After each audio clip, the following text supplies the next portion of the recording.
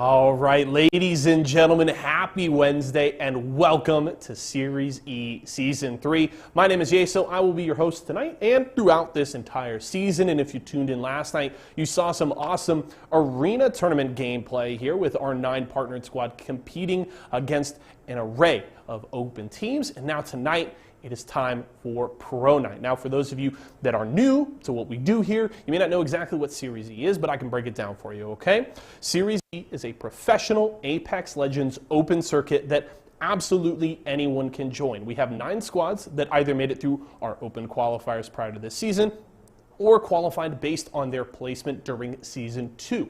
Those 9 squads have now been drafted and signed by our 9 partnered brands. All of these players now make $750 a month salary, as well as compete weekly every Tuesday night against other open squads like they used to be, and then every single Wednesday against some of the top pros from across North America, just like you will see here tonight. So if you and your squad want to get in on the action, make sure to head over to matchareno.com/ESA for a shot at being a future Series E Pro. Now, today is our first official day of Series E competition in Battle Royale. Obviously, as it has been noted by people all across the community, there have been some issues, but thankfully, Respawn has been grinding away, getting fixes pushed out to get things back to normal, and it means we are ready to run Battle Royales here tonight. So we had arenas last night for a little bit of a fun shakeup to bring some competition for all of you at home, but now we will get to the nitty-gritty that we're looking for here in Series E. And I want to talk about a few of our partnered squads. If you guys saw and follow us on Twitter, you will have seen I released a power rankings article a week ago for our partnered teams, and it was my general thoughts on all 9 squads and where they stood coming into the season. I just want to highlight a few of those here before we get into the action here today. And I want to start with Team Cheez-It, okay? I had them ranked at the bottom, and somebody had to be down there. Unfortunately for them, it was Team Cheez-It, but they were impressive last night. They made it all the way to the semifinals of our Arenas tournament. Now, granted, Arenas is a completely different ball game, right? You're not on World's Edge, no rotations, no third parties, and as some of our pros were saying on Twitter last night, it's more all aim, no brain. So it's a different ball game in Arenas, but I was impressed with their run last night. They had some solid wins, made it to top 4, and looked strong. They have a lot to prove to me, but I was definitely confident with the performance they showed last night. So I'm looking for some good things for them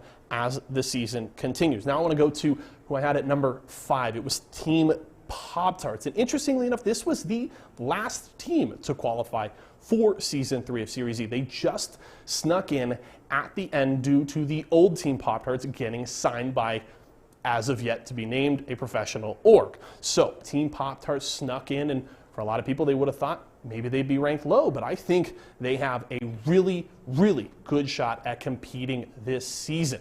Now, I will be talking about all of these teams throughout the day. We'll be doing breakdowns, going through some plays, stats, and everything in between our 6 games. But I believe we're ready to go. I think production's given me the thumbs up. We got the casters ready to go, so I'm not going to waste your time, folks. We kick off Season 3 of Series E competition right now. Series E. Series E. Series E. Apex Legends. Apex Legends. Series E. Series E Apex Legends. Series E Apex Legends starts right now.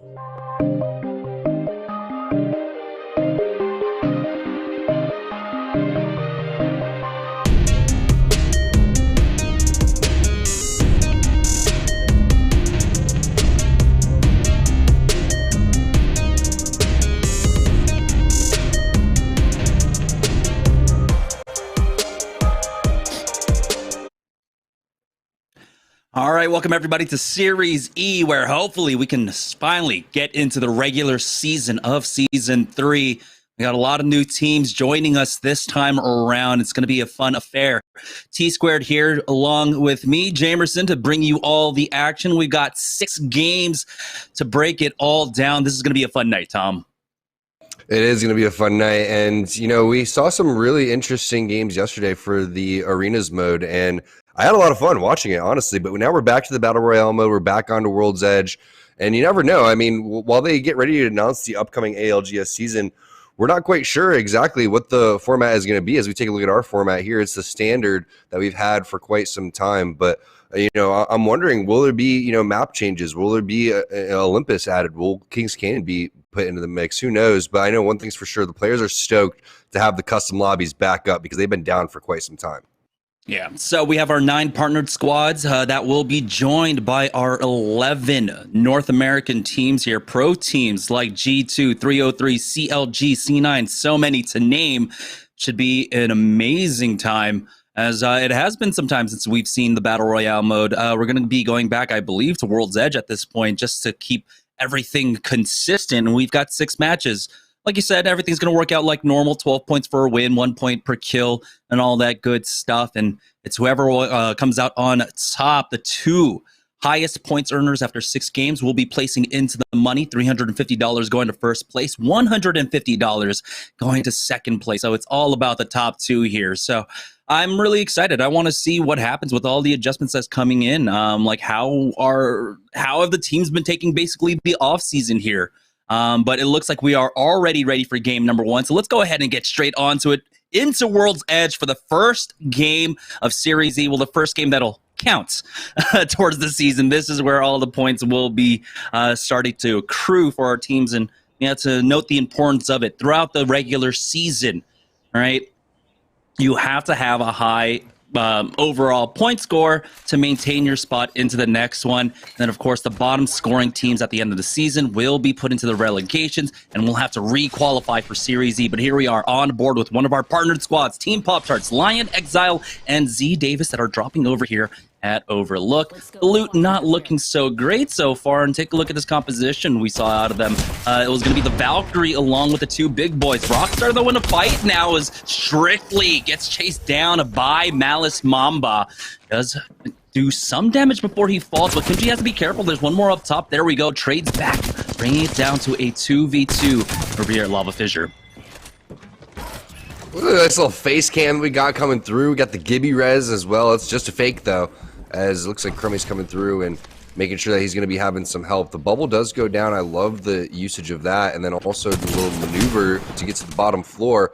Little door blockage coming on over here. And a lot of fighting happened in the arenas yesterday, so they should be used to these skirmishes. There's a bottom floor push. That's going to be turns coming through.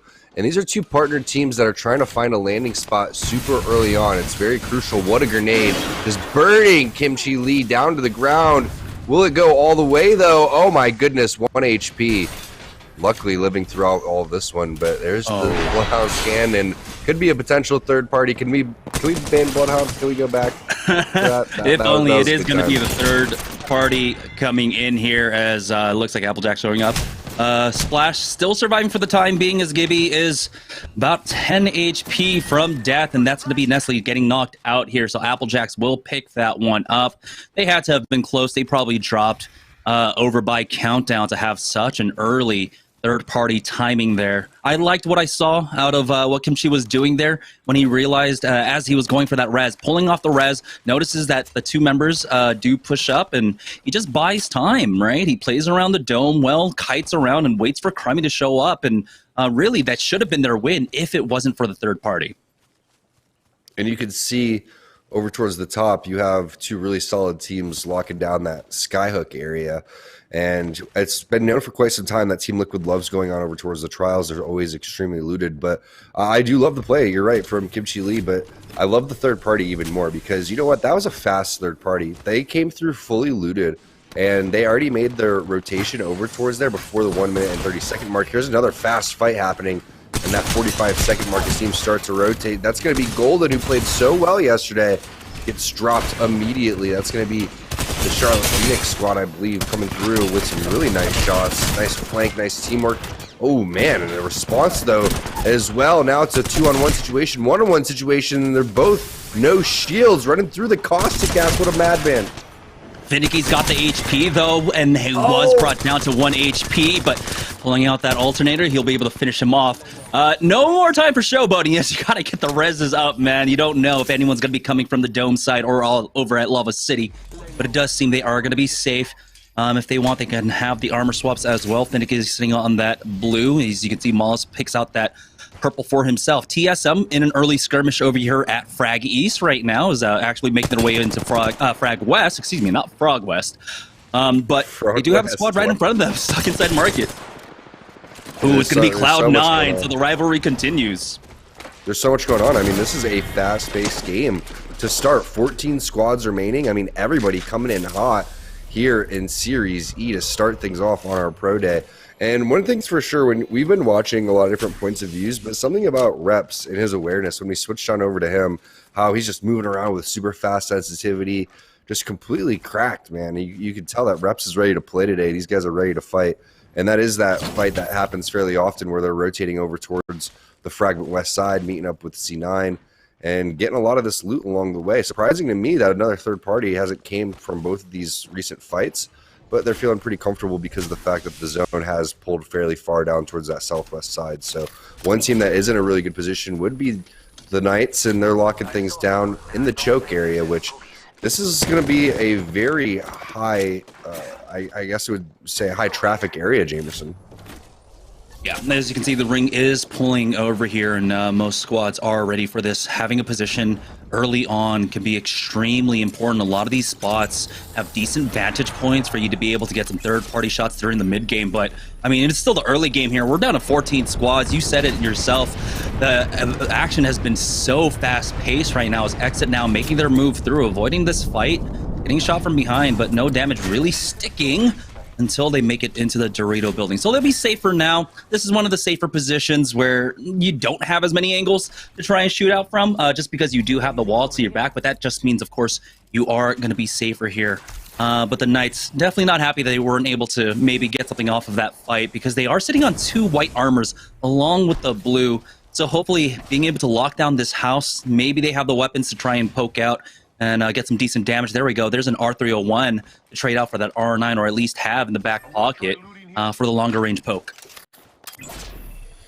And this is going to be interesting to see how many teams flood through that specific area and how they want to go and approach fights. So getting inside a building would be ideal. Maybe they could, play fairly sneaky. If a Bloodhound stand comes in, they're going to be sought out. But this is an opportunity with, again, this little high traffic area for potential third parties. And if you could lay low key and wait for your opportunity to kind of pounce through, then you're going to be in a good spot. But you don't want to be caught out in the middle of the map outside of a building with white armor.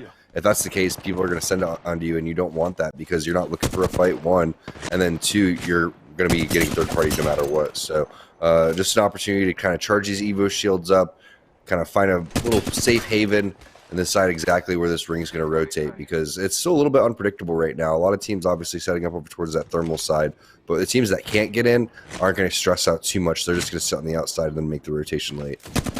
Looks like G2 might have made a balloon rotation out and might have ran into someone over by Trey. I don't know. It's very difficult to see on this overlay so far, but not too many teams making their way directly into the center. We might have a lot of these edge fights, especially when you do have to take into consideration TSM getting to that early fight. They're going to be slower to the circle. They're going to commit to edge. G2, they're a squad that's known for playing edge. They want to find these fights. They love being able to snowball and get some high 30-point or high 20-point games. Right now, they haven't found any of the action because, well, 6 teams are already gone so far. So things should die down for the time being as round 1 is just finishing closing here. And there we go as we start off round 2. That's right, 14 squads, 39 players. And so it is going to be Verhulst. This squad, Team Intel, accounting for the two teams missing out currently, as G2 definitely do get themselves into a fight right now. Cheese it, losing out on 2, Mollus and Finicky to fall. Hey, there's a Zeratricky sighting, and congrats to Verhulst. It's a real honor, Jamerson, in Series Z to be featured for the first time in Season 3 on the Tomcat Rat Cam. I mean, that's an award in its own. G2 actually did rotate. Oh, that's psycho. They want fights, Jamerson. That's pretty crazy. Yeah, they typically, they're going to go ahead and try to find the slow side of the zone where they think maybe a lot of teams are going to try and run through. And I think they did a good job at least finding 1 kill here. Missed out on at least 1 there, as we saw the third party did come in from the high ground. G2, their equipment looks fantastic already. You got Designful, he's got the gold armor, Gentrifying already sitting with the purple for himself. Results, he's got that G7 scout in hand, and not too far off, there we go, swapping off onto a purple armor. So G2 should be all set for the late game now, but it's during this position, where will they be able to find additional fights, get some more kill points under their belt here? Now Team Razor playing on the edge of the next safe zone. This is can be a little bit tricky to maneuver, but hey, it's great to see we're seeing so much mobility right now. It looks like arenas once again. You got the Pathfinder, Octane, and the Gibraltar. You know what's not mobile is Zeratricky's hair. That is not moving. It's perfectly done. I guarantee it looks like that when he wakes up. It almost like looks plasticine at that point, yeah, where it's just stuck there. But it looks fantastic. I'm looking forward to actually coloring my hair as well. I think it looks fantastic. I'm jealous. I don't have any hair, so I'm looking in the mirror, just trying to grow it back. The quarantine haircuts hit me hard, hit me bad. So that's why I've been wearing a hat for like the last year. It's like, well, I don't feel safe going out to get my hair cut yet. And the truth is out. Yeah, we all know why Jamerson wears hats. Okay. Dude, is that $15 to buy clippers, right? And I get to do it at home. I feel safer, or I go and like, I don't know, risk my life for like a $30 haircut. I think the math kind of, it's fairly clear what's mathematically best. I think Zeratricky had Paul Mitchell specifically come over to his house to do that one, so got on his level. We actually have a Paul Mitchell like really close by, and you can get different levels of haircuts because it's also like a beauty school. So you can get like a $5 haircut from someone who's like maybe a month in. You risk it, but it's a $5 haircut, right?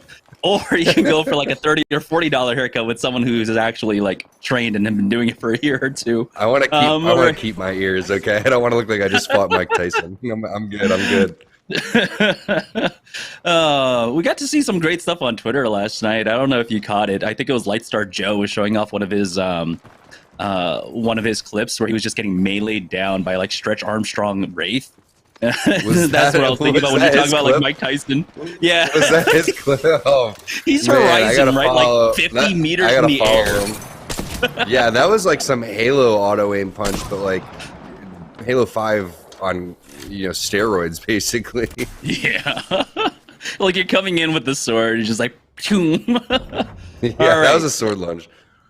There we go. Round 2 is closing. We're still at 13 squads, and we still have a number of teams that are damaged right now. 3 players missing out of the lobby, and it might be time that their banners are probably gone as well as Team Applejacks.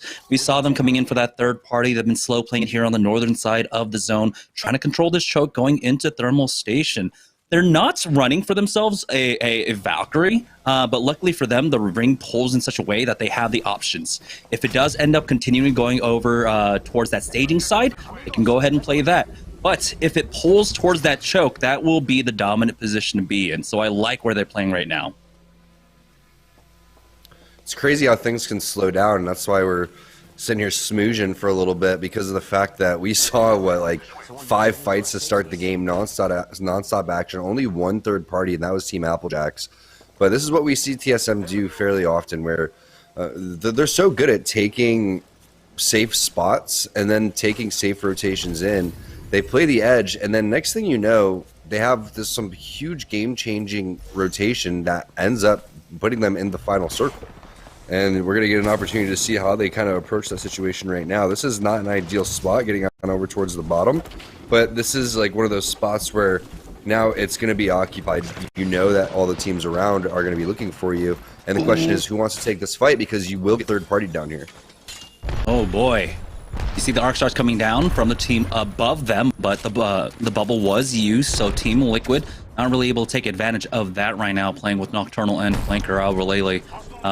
Will not be joining them for the next ALGS season. I haven't really been keeping up with all of that, so I don't know who their third is quite yet. I know they've been doing trials for the last few weeks, so I'm excited to see how that develops for Team Liquid. You got to imagine being able to play here in Series E will be good competitive experience at the very least, heading into the next ALGS season. Here's CLG, though, currently playing it out as a duo. It's CLG, but we got Shiny and Scurry here. I don't know what's going on, man. There's been a trade. One thing's for sure, I'm not sure if you caught that, but Team Liquid has a fill. Yeah. Literally. I didn't actually catch like the pun part of it, but yeah, okay. It's like when I was thinking of Phil, I was just thinking of the name, you know, like Phil and Lil, and I was just like, okay, that just completely flew by me. I'm out of practice. It's been weeks since we've had a regular Series E night, so we're all getting back into the swing of things here. Round 3 closing up now, and CLG playing off the train tracks. A little bit vulnerable, especially seeing as how they are playing it out as a duo.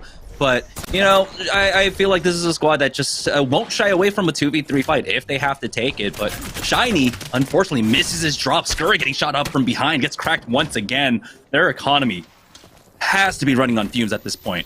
It looks like Verhulst did get finished off, so Rat did get exterminated. We're down to 12 squads remaining now, and that's all the players accounted for. As G2 looking to make this push into, I think this might be Charlotte Phoenix. No, it's going to be Applejacks, actually.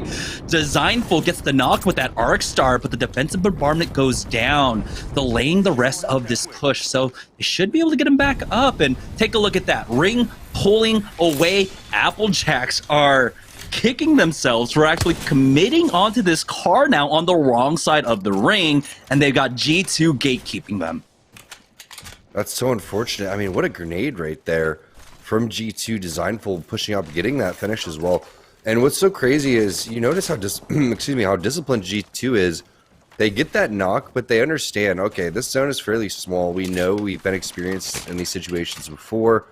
There's teams ratting all over the place, so we can't really take this straight up because it's just going to cause too much havoc. And now, look, another team's going to full send over towards this, and that's going to create an opportunity potentially for G2 to push in. They're going to be looking for knocks, looking for exchanges. Unfortunately for them, they get wiped so fast it doesn't even matter. Speaking of a team that got wiped, TSM now just down to how we were talking about how difficult it is from the bottom of the map right here. And we're wondering how TSM was going to magically pull this off. Well, now it's up to Hal with just a sliver of HP. I'm not quite sure if he's going to be able to do it. Everybody inside of these blue trailers now is just eating it as G2, we're talking about the third party. There it is. And the response, every time we switch to Designful, he's just laying down massive damage.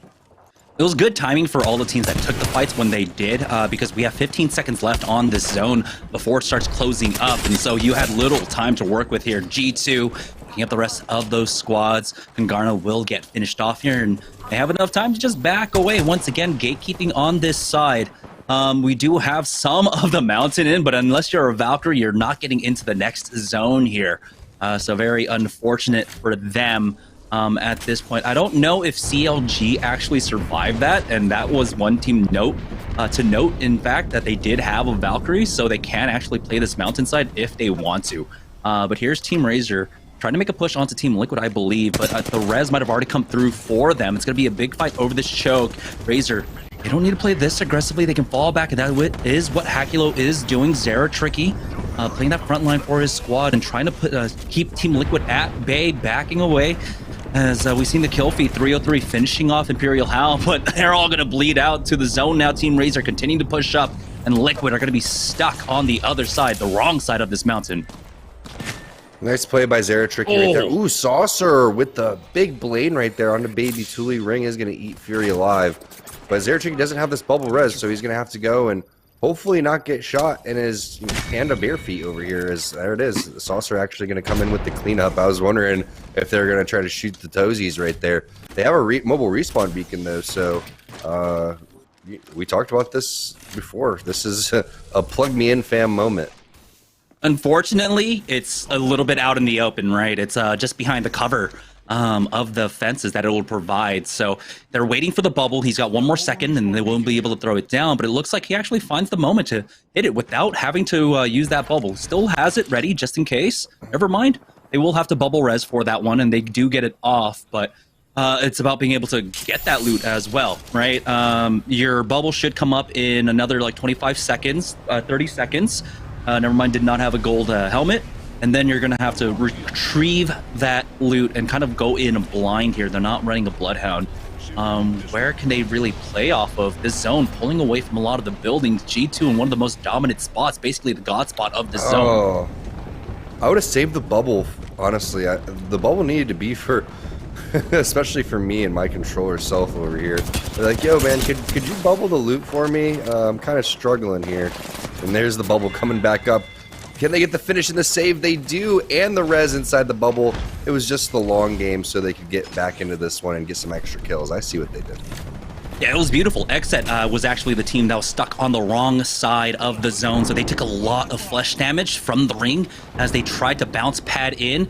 Speaking of bounce padding in, a lot of teams now making their way into these buildings now, and so Team Razor not out of the fire quite yet, have to make another push. They do have a defensive bombardment going down, though, and they find some cover to work off of, and they will be able to stay alive for now. Shiny going down out of bounds. It does look like maybe they try to go over the top, but that should be CLG. Oh, we have 6 squads left, actually, so maybe Scurry's still alive for the boys. Team Liquid leading out to G2 as they did try to take the northern side, and now we're down to the final ring. 5 squads remaining. 1 squad probably down to just a rat. Would like to just swap around to see exactly who is remaining. I like this play. Everyone's going to be poking their head out like the Three Stooges right here outside of this door. But Team Razor is going to be playing right in between the fence and the stairs, as G2 has had this down since the very beginning. Remember how, Jamerson, they were not interested in taking the fight over towards the blue trailer.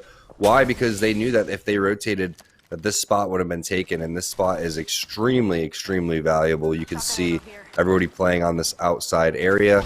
And this is a very... Ooh, Saucer again. Resulta should have his bubble up, so everything should be A-okay. There's the quick res. Oh my gosh, Madmen sending it into the bubble. That is a fast send, but you can see the third party coming out from Razor as well, and they're picking up a lot throughout all of this. G2 do survive to draw out that mad scramble, luckily because of the third party coming out from Razor here. Ultimately now, and we're down to the final 3v3, the rest should go through, but will they be able to full heal? Team Razor still sitting on 2 purples, so they won't have the ultimate HP advantage, but here they go, the swing on in. G2 still trying to heal up here. As you can see, the medkit's getting popped by 2. They will be able to get that one off. Design full, buying time for his squad. Eba 8 out, trading 1-for-1 with Akilo, now down to a 2v2 as the defensive bombardment comes down the bubble just a little bit too late, leaving Gentrifying into a 1v2, playing off this bubble now. It's going to be Team Razor that finish them off and take the win, but are they going to be our point leaders? Want to note, before all that action broke down, G2 had about 12, maybe 13 kills to their name before all of that happened, before the final 4 or 5 teams started fighting theirs. And even Team Razor ended up popping off on the kill feed. So I'm really excited to see what the Mobile One leaderboard looks like after we get back from our break. What exciting game, number one. That had everything. It had an explosive start and then a really nice finish there with everybody playing methodical. I thought G2 was potentially going to be fending off Razor right there, but Razor's coming in hot. I mean, we know that they were the #1 team in Season 1, so it's a great way to start Season 3. And we saw them, of course, having a great recovery, being able to get one player back into the game, and then just basically somehow playing just barely on the edge of the zone to make their way in. That was game number 1. Razor will take it. We're going to go ahead and take a short break. When we get back, we'll have game number 2 of Series E right after this.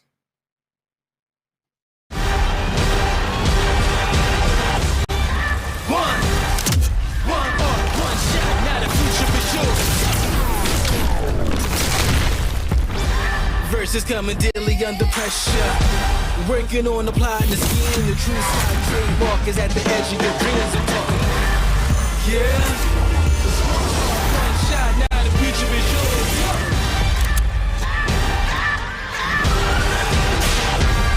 I'm turning dreams into reality. In the lab with the formula and chemistry. The memories spark and motivate and make the industry shake. Get the balls in the breaks. I'm talking one chance that was so good for the goal. It's one shot, now the future is yours. Go! Imagine you love frosting and filling. I do love frosting and filling. Oh, well, imagine if there was a way to enjoy that delicious goodness anywhere, anytime, out of the toaster, out of the box, out of one of those baggy thingies, with nothing but a thin layer of foil between you and... Pasta. Yes, Curtis. This is a commercial about pasta. I love it. Frosting and filling for your pasta. I like pesto. I wasn't born in the spotlight. Nah. Had to grind and shine like a star on a hot night. And something about the struggle now resides in my muscles. And every trial and trouble helped to hang my hustle. Real rock stars don't chase the spotlight. It chases them.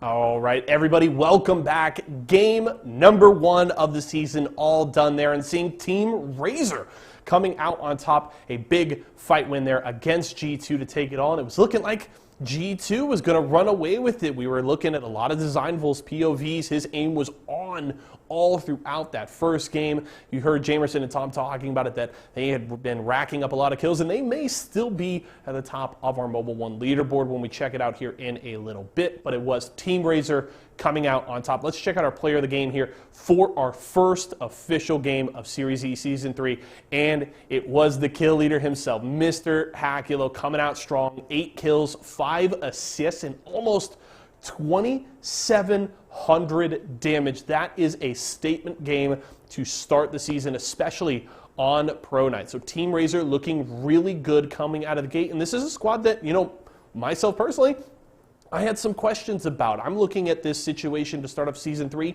very similarly to Season 2, right?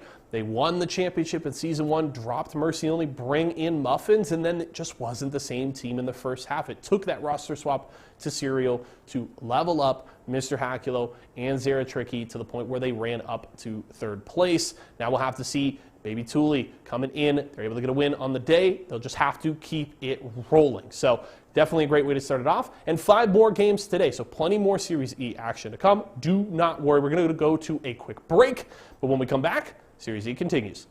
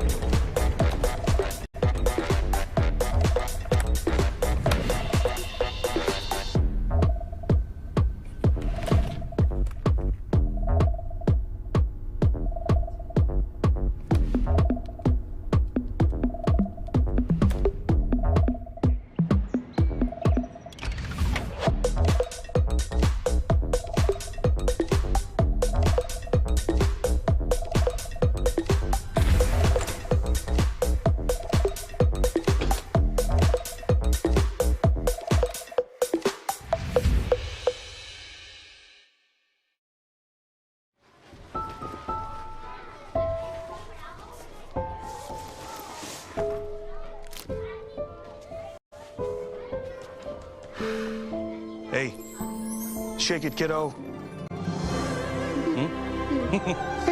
Love Dad. Oh.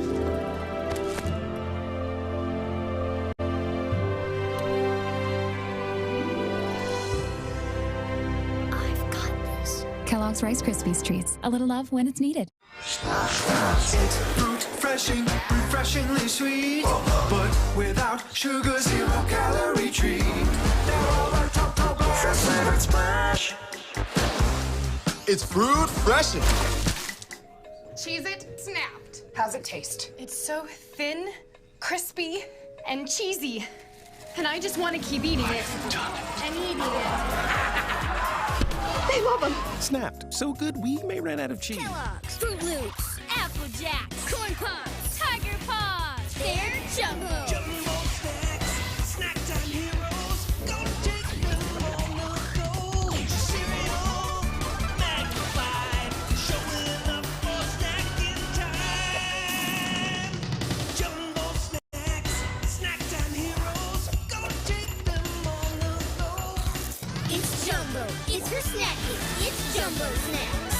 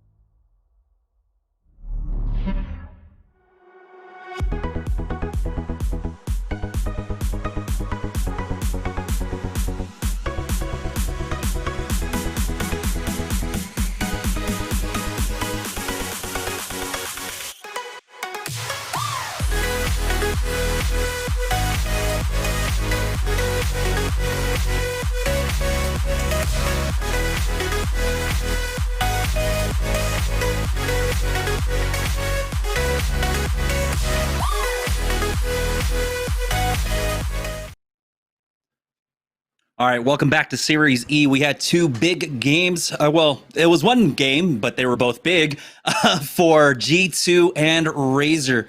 So let's go ahead and take a look at the Mobile One leaderboard to see who is actually going to be leading right now. And it's going to be Team Razor narrowly. They did have 14 kill points overall, but that means G2 had 17. Dude, has anyone ever seen a leaderboard like this before? Two teams just taking all of the points. I mean, we could add more points up just on the bottom hand side and find out exactly how many points are given an entire game. That's how easy they're kind of making it here for us right now. 26 and 25 is absolutely ridiculous. That's basically 2 wins for 2 teams. So it's going to be tough for the rest of these teams to catch up. I know it's just game number 1, but it's going to be fun because we saw exactly how these players want to go about it. Let's take a look at the Mobile One high performance moment of game number 1. But what an explosive start. We had a slow middle game and then an explosive finish. That's typical Apex for you, and you love to see it. Yeah, and this was the ultimate fight here. The chase down from Team Razor's G2 were still trying to stabilize. And imagine if they had just a little bit more in their in terms of shields, right? They might have been able to fight back. This was a super close fight. Resulta just narrowly missing out on that bubble could have been the difference maker if he could have stayed alive, maybe buy a little bit more time for his arm shield to come back up. That was very close between these two squads. But I mean, Razor themselves kind of saved G2 when that knock came down. Someone got sniped. I forget who. They were able to get the res, but that you saw, I believe, I'm trying to remember who it was, tried to full send it onto G2, but they were caught out midway by Team Razor. Oh, yeah. Okay. Yeah. It was Pop-Tarts that tried to just full send it, I think. Yeah. But G2, they can thank their lucky stars that Team Razor got involved throughout all of that, sent them to the top 2. But, 26 and 25 points overall. I misspoke earlier or misdid the math. It was 16 kill points for G2. What a crazy game. I mean, I was trying my best to keep track of the kill feed. I didn't think they got that many kills until I saw the assists and the kill numbers on the HUD just before this fight. Yeah, it's cool. I like my Pop-Tarts coming in hot. I really wouldn't have it any way. Cold Pop-Tarts, really not my style. But, G2 had a really weird situation because they have red armors, but yet you still are missing about half of it. So you're stuck in a rock and a hard place here between wanting to heal and wanting to hold your real estate, because once teams really start to advance on you, take the angles that they want and take the angles that they want to get, that's exactly what Razor did. And they started to charge and they sensed a little bit of weakness based on the fighting that just took place. But that was surprising to me that a lot of kills went to 2 specific teams when there was a lot of teams that were locking down areas that were priority spots with real estate. I mean, a team that comes to mind is Team Liquid. That was gate kept. And you got to give credit to especially G2, in my opinion, for predicting that zone. That is not an easy zone to pick. We saw a majority of teams get that wrong. Yeah, I think a good half or more than half the lobby were stuck on the other side of the mountain, expecting this one to go over towards staging. But the simple fact that G2 were able to bully Applejacks out of that choke position, allowing them to control the north side there. We saw Razor doing their best at gatekeeping Xset, Liquid, and other squads from coming in from the eastern choke. And it ended up coming down to these 2 squads. And so what a perfect way to end game number 1. But we are headed into game number 2 right now. And hopefully the circle gods favor us and give us some really decent zones. I mean, we've already gone 1 thermal station zone. So let's go ahead and get some variety in our life. Predicting 4 thermal station zones in a row. A beautiful game 1. Not as beautiful as this map overhead, though. I mean, I saw the chat. They enjoy it. I enjoy it. Like, all the peacefulness of World's Canyon before the chaos commences here. But we do have, obviously, the fight that was taking place on the north side of the map that we have to keep tabs on. That's going to be Splash going up against Applejacks. But we also didn't realize that Team Razor is getting into it on the Lava City side. And that makes their rotation even more impressive because they had to deal with people and they had to take an unorthodox spot. So we saw one team winning that was kind of towards the thermal side or getting to the finals zone, and then one team on the other south side. So that made it tough for the teams on that north hand area. But we had 2 fights happening as Team Razor is trying to clean this team up. This is a fast Lava City fight, and it's going up against Lightstar Joe and the Rice Krispie Treat squad. I'm sure he still has PTSD after the melee, so I'm not sure how he's even playing Apex right now. Ooh, unfortunate that he had to reload that Volt there after throwing down a great Thermite to grief that door at the very least. But this is going to be a 2v1 for Team Razor.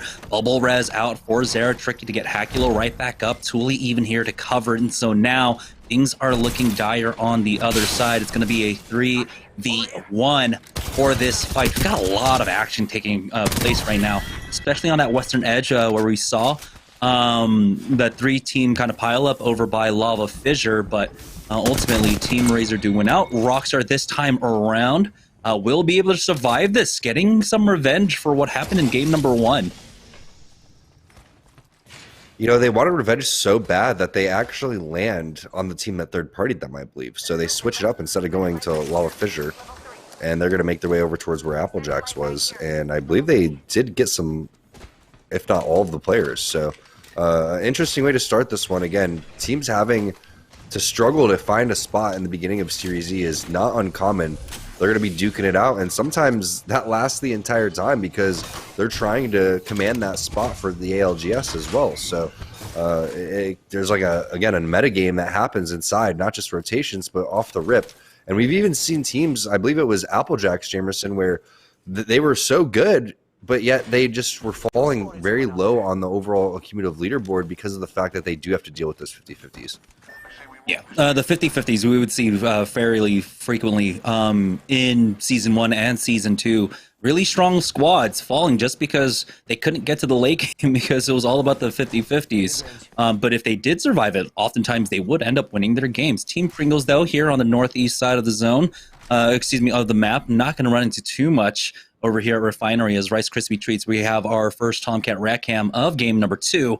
Clinical still alive, so it might have been Applejacks that this fight was taking place over at Lava City, but the respawn timers have run out for Lightstar Joe and Nemusona. Unfortunate, we'll not be able to get them in. We'll see. It's going to be difficult here. We haven't been seeing as many Bloodhounds, but there's still a decent amount, and so it's so difficult to survive when you have the ultimate tracker in the game. The hound becomes the hounded very shortly.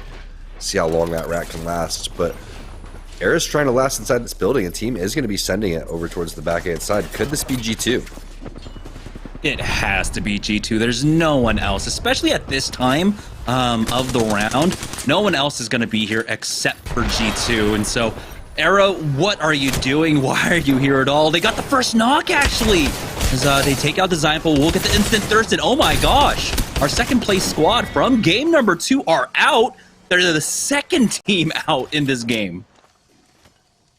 They're probably thinking the same thing. What are you doing back here? We're going to come back and wipe you, but maybe a little bit too aggressive. And you saw the amazing stick right there coming in from Era and Stunny.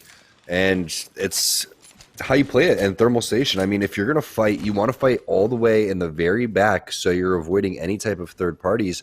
But we had no idea that an additional 50-50 was happening. Era, they got some cojones for going back there. Oh, definitely. Team Intel, we're eyeing this out as well. You can see they're wrapping around back over towards Tree now, but with no big trades and, of course, the big distances like you were talking about, fighting all the way back there, completely safe for them.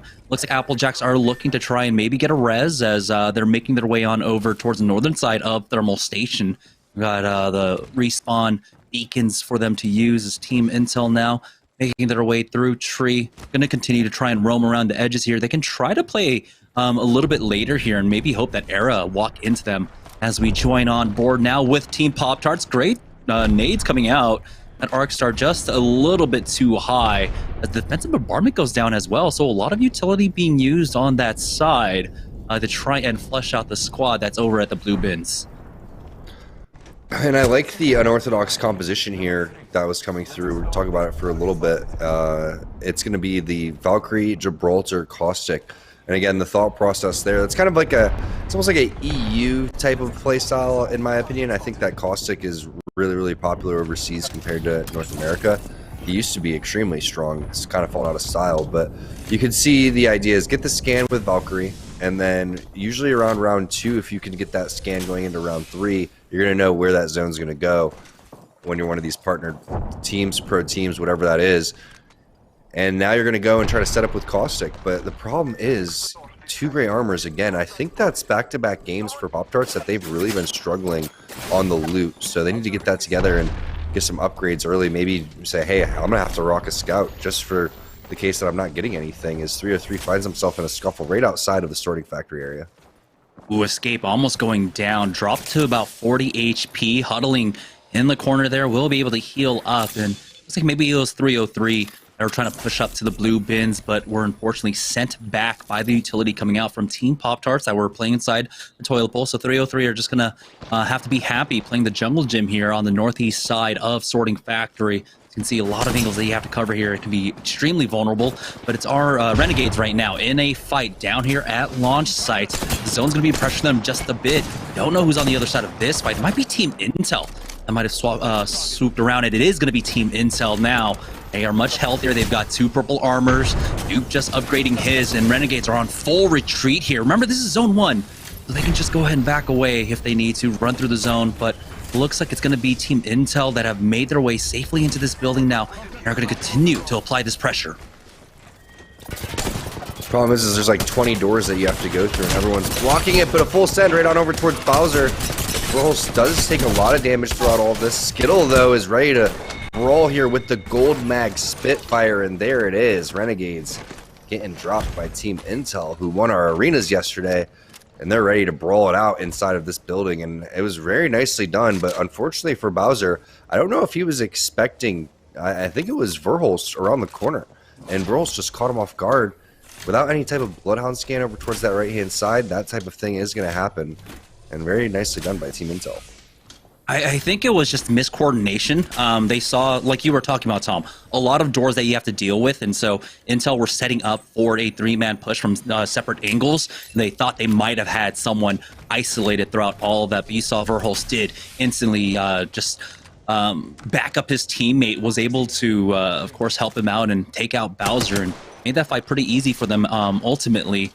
Great to see him back on the Bloodhound. I mean, he did a fantastic job. He was on the Octane last night, yeah. But you got to imagine he's definitely happy to be back on that Bloodhound, which he's been doing a fantastic job throughout the qualifiers and now already here in the first official week of Battle Royale Series E.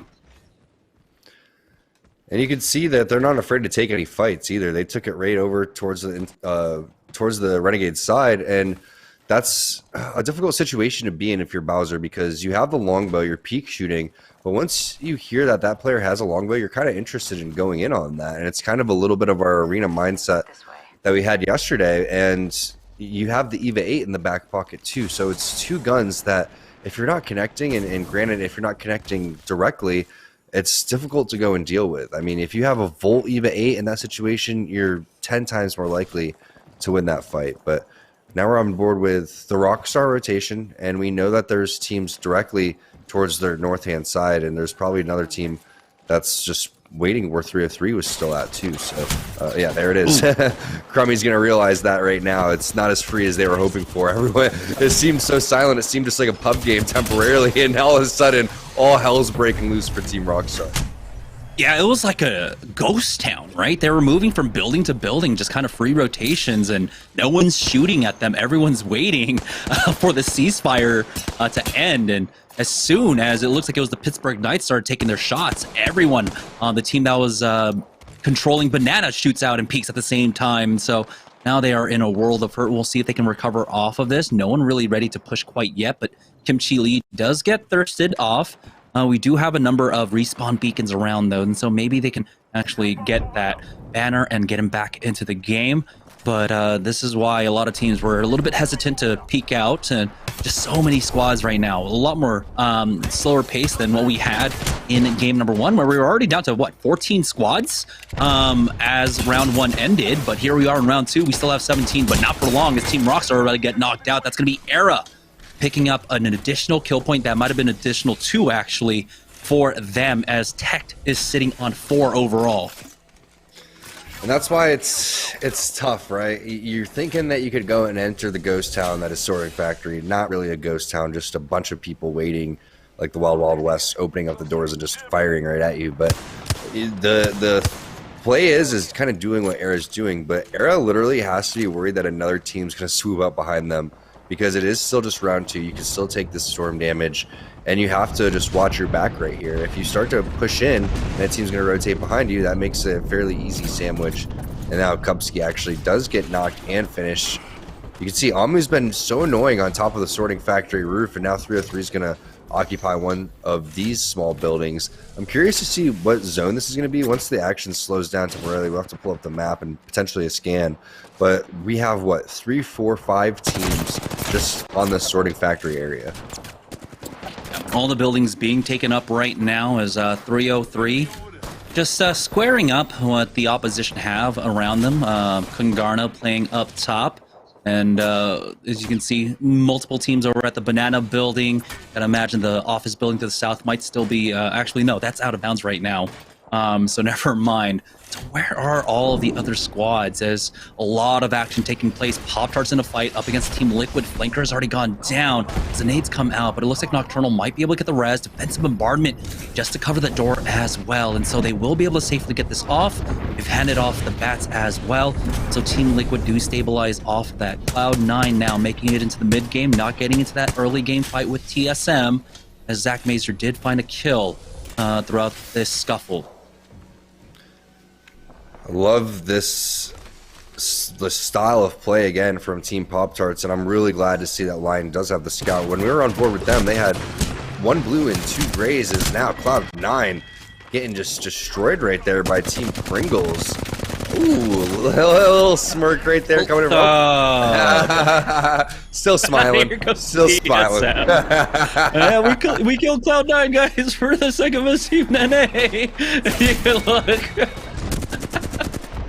All right. Swapping over to Team Razor now, as TSM will be able to finish them off here as we go down to the southern side of the map, just outside of launch site, or well, the last building still basically in for launch. Team Razor playing here on the edge as they do run into some resistance inside, and so can't really take this fight as anyone can really jump across that chasm from the sorting factory side, and so maybe they wait. They do have a defensive bombardment, but not really what you want to use in this kind of situation here. And so they just back away. They have some time to work with as round 3 will close, and they will be safe on this side, and they do still have some ground and cover to work with. This is very common of Team Razor, and when we're looking at kind of the situation that Arrow is in, you know that Team Razor's already watched their back and cleared out their back. They take these unorthodox rotations. They know because their landing spot's been, fairly the same for a while, that they're going to be taking smart rotations where they know exactly where teams are going to be coming from. And you can see pings going on over towards that northeast tunnel. They're anticipating somebody coming from there, but you'll be surprised in Apex. Taking little head glitches like this are absolutely amazing. Yes, you have to worry about your right-hand side, but you're not even worried about that team that's inside the building. Yes, there's a couple pepper shots coming through, but we unfortunately have the player outlines, and to me, Jamerson, that does look like a duo down there, unless the third is watching the back of the tunnel. I really don't think that team is going to be that annoying besides the peppering shots. You'll have to deal with them a little bit later, but either way, I do like this positioning from Razor. This is exactly how their play style is, so it suits them well. Here's 303. They were making their way on up, and it was Team Intel that's actually holding this building that Razor were eyeing up. Oh boy, Dupe and Skittle Cakes do get cracked. They need some nades on that door right now to try and stop this push. Bubble has been used at the very least, but that might just be a bubble that, Razor are able to use for free, and they'll have one more to throw down. Never mind, it was actually Razor's bubble here, as they get the crack. Baby Thule almost going down, and things are looking so bad for Team Razor. They were looking to be the aggressors, but they're the ones that get wiped off of the server. Team Intel pick up the +3 there and have the south side of the map for themselves. But now, what is the play? The zone is pulling away from them.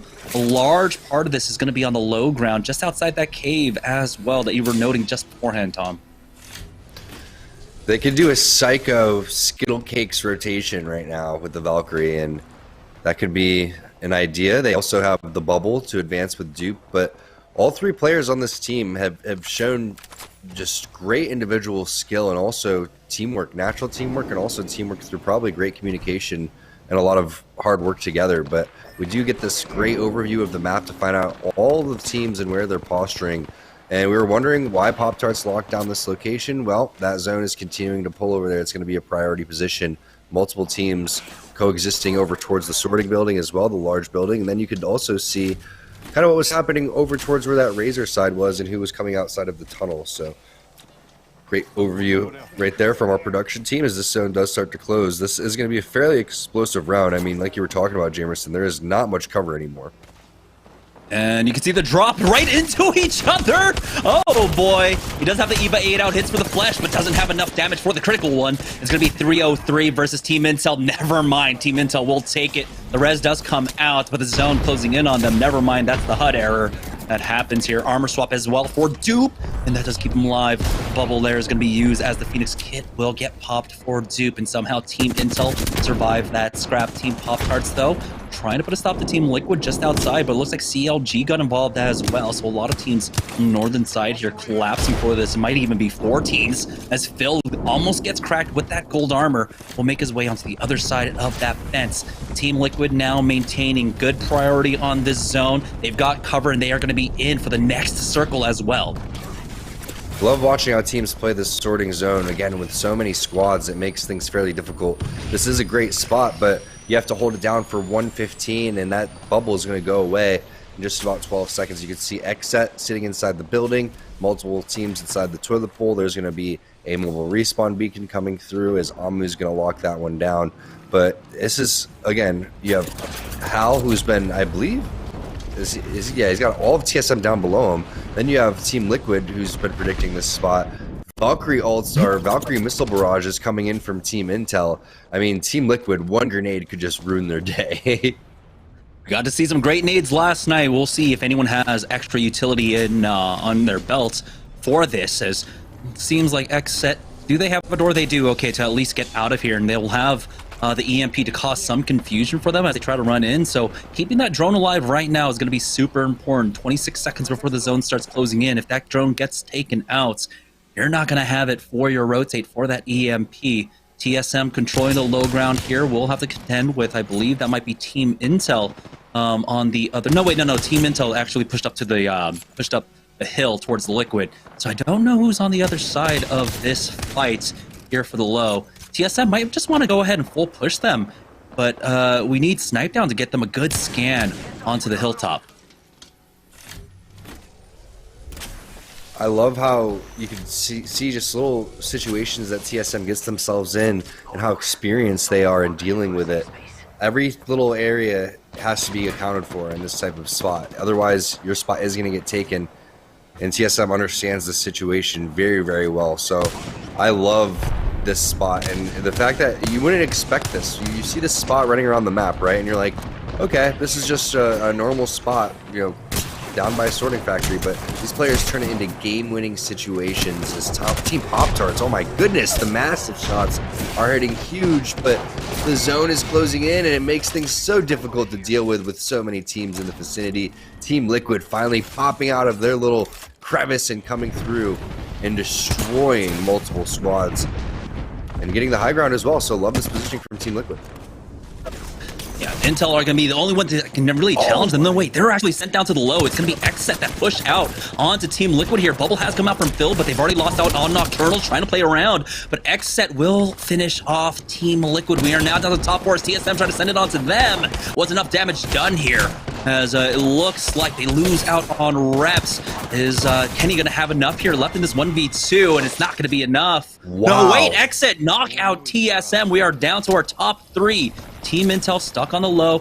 Xset getting the reses here, and they'll be able to stabilize, it seems, as no team has quite pushed them. CLT, Charlotte Phoenix facing off against Team Intel, and Team Intel win that out. It's going to be a full 3v3 now. Both squads should have enough time for the full heals as well. We do have, it looks like the bubble already being used by Dupe, so they're not going to have that for the next 25 seconds or so. That's going to be a little bit scary, but it is slow on this circle until they have cover to work with, but it's Xset's choice to drop whenever they please, as it looks like Intel will be forced out of their cover first. I mean, when's the last time we saw an EMP pop off? I can't remember. Could Kenny still have that one in the back pocket? There goes the defensive bombardment. That's going to force everybody to slide up just a little bit. There's going to be a head glitch. Skittle actually gets hit. There's the EMP. There's the execution. Kenny sliding in. Rambo getting a lot of damage over towards the side. I love watching crypto teams go to work. Xset trying to finish him off, but Intel's putting up a pretty decent fight. Oh no, are you kidding me? Big game for Team Intel there as they walk away the winners of game number 2. Slow playing that one at the end, doing a great job of controlling the south side of the zone. GG's to them. And, you know, with 2 of our teams that really did pop off in game number 1, not having as a huge performance here, this is going to leave the field pretty wide open, especially considering G2, who were 1 point off first place, they went down as the second team. So a lot of ground will be made by a lot of our other squads. We're going to go ahead and take a short break. When we get back, we'll have game number 3 right after this.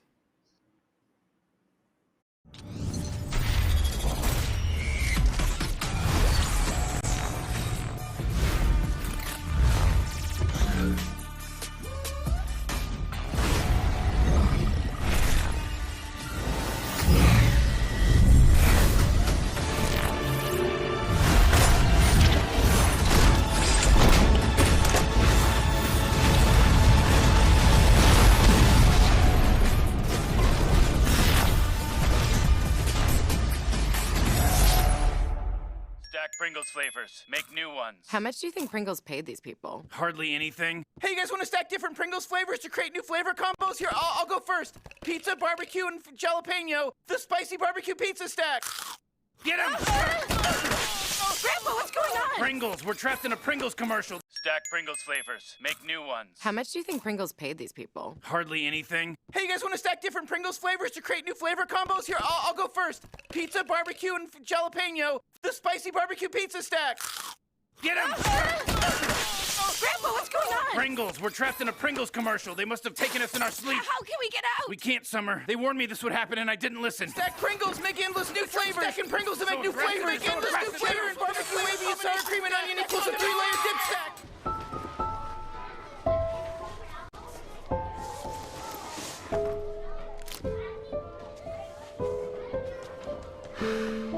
Hey, shake it, kiddo.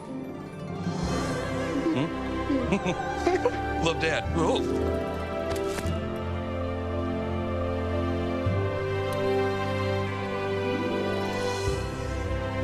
I've got this. Kellogg's Rice Krispies Treats. A little love when it's needed. All right, welcome back, ladies and gentlemen. Yeso here, and our second game is done, and we get the back-to-back wins from our partnered squads. We saw Team Razor led by Mr. Hacula taking game number 1, and then Team Intel, my pick to win this season of Series E, grabbing game number 2. Big performance there. Let's check out our player of the game here for the second game of the day, and it's my man Skittlecake. 7 kills, 2 assists. Not hitting the same damage numbers that we saw from Mr. Hacula in the first one, but still just south of 1,500 damage there. A respectable performance and a good win there from Team Intel. Was looking a little scary, not gonna lie. We got that awesome beauty shot, courtesy of our awesome observer out there, James Lopez, and we saw Xset sitting with the high ground. Looked like they were going to have the advantage, but Intel hitting their shots and they win the fight. And things getting really interesting. We're seeing, you know, C9 hasn't been making it as late into these games as maybe we would expect. We saw TSM getting into the top 7 there, but they end up losing a fight to, I believe, Xset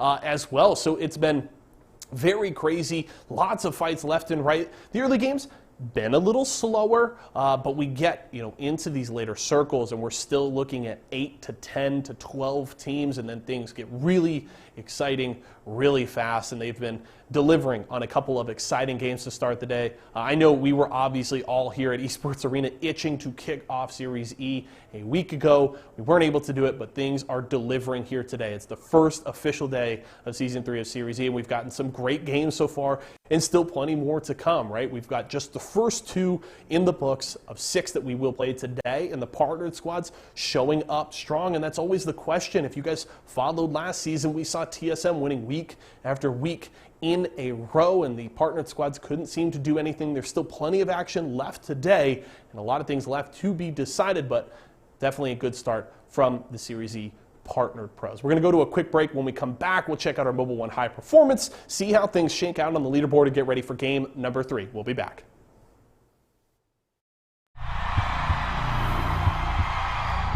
I I wasn't born in the spotlight. Nah. Had to grind to shine, like a star on a hot night. And something about the struggle now resides in my muscles. And every trial and trouble helped to hang my hustle. Real rock stars don't chase the spotlight. It chases them.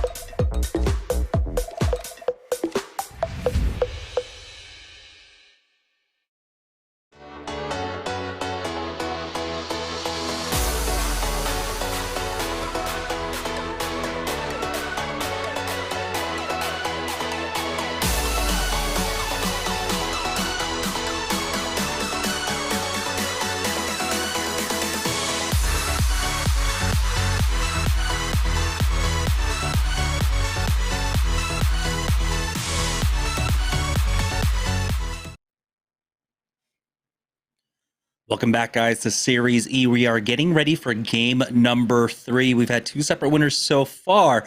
So let's go ahead and take a look at the Mobile One leaderboard to see where all of our teams currently stand. Our partner squad's doing fantastically, but it will be Team Intel now taking the lead over our game 1 winner of Team Razor, who only ended up getting 3 points overall in game number 2. So they keep themselves there in the top 3 with G2. It looks like G2 were not able to get any points. We saw them, of course, getting wiped on that 50-50 down at Thermal Station, Tom. That's more like it when we were talking about looking at the leaderboard. I mean, the first game we had 2 teams that had a combined 50 points between the 2 of them. So this is much closer, and looking forward to see the teams on the bottom kind of step it up, especially C9, CLG, and that little crunch of partnered teams that we have down there right now. Team Intel, Razor, Pop-Tarts holding it down on the left-hand side. And one of the best parts of the previous game number 2, is Team Pringles wiping C9 and then immediately getting third-partied by TSM and that smile coming through. That was a great moment. I love the fact that we do have some of the webcams or the cameras for the picture-in-picture for our pro players and our partner teams. That's awesome. Yeah, I love it, but I hate that it took me 2 games to realize that was going on. You know, doing some Twitch rivals and stuff like that, like, you're just kind of used to it, right? Because we just take the feeds straight from the streamers, so, like, you're kind of used to that. But here we go. Let's take a look at the Mobile One high-performance moment of game number 2 in just a moment. And it will be, it looks like, yep, what you asked for, Tom. Yeah, this is great. And a little bit of friendly shooting of the box right there is, oh, there's CSM. Okay, here they come. All right, we're not getting out of this one. And, CSM actually surprised me later on in the game. I was not expecting them to go down the way that they did in the final fight. And, Team XSET somehow wasn't able to execute the final fight. That was another great moment that could have been our Mobile One high performance moment too. There was a lot of great moments from game number 2, but I don't know what went wrong. Where you see a defensive bombardment at the very end of the game, it starts connecting onto Skittle Cakes. It forced the other 2 players to the bottom of the ramp outside, and then you have the EMP that comes in from Kenny. Everything seemed to be perfectly executed right there. I guess it just goes to show why Intel won our arenas match yesterday. They are ready to skirmish whenever, especially there's not going to be a third party. Yeah, Verholz was the first one to go down in that fight as well. We have to note that Verholz has been an amazing fragger for this squad. But as we noted yesterday, all 3 of them looked extremely proficient to be able to take their 1v1s, 1v2s if they need to as well. And so Team Intel really stepping it up for Series E Season 3, making their way in here for the first time. And so it's great to see that coming out from them. I think one thing to note here, like when you don't see that C9 and TSM fight in the like early game, you have to imagine that, you know, there's a lot of shadowing going on in terms of the rotation. They're going to be very close to each other.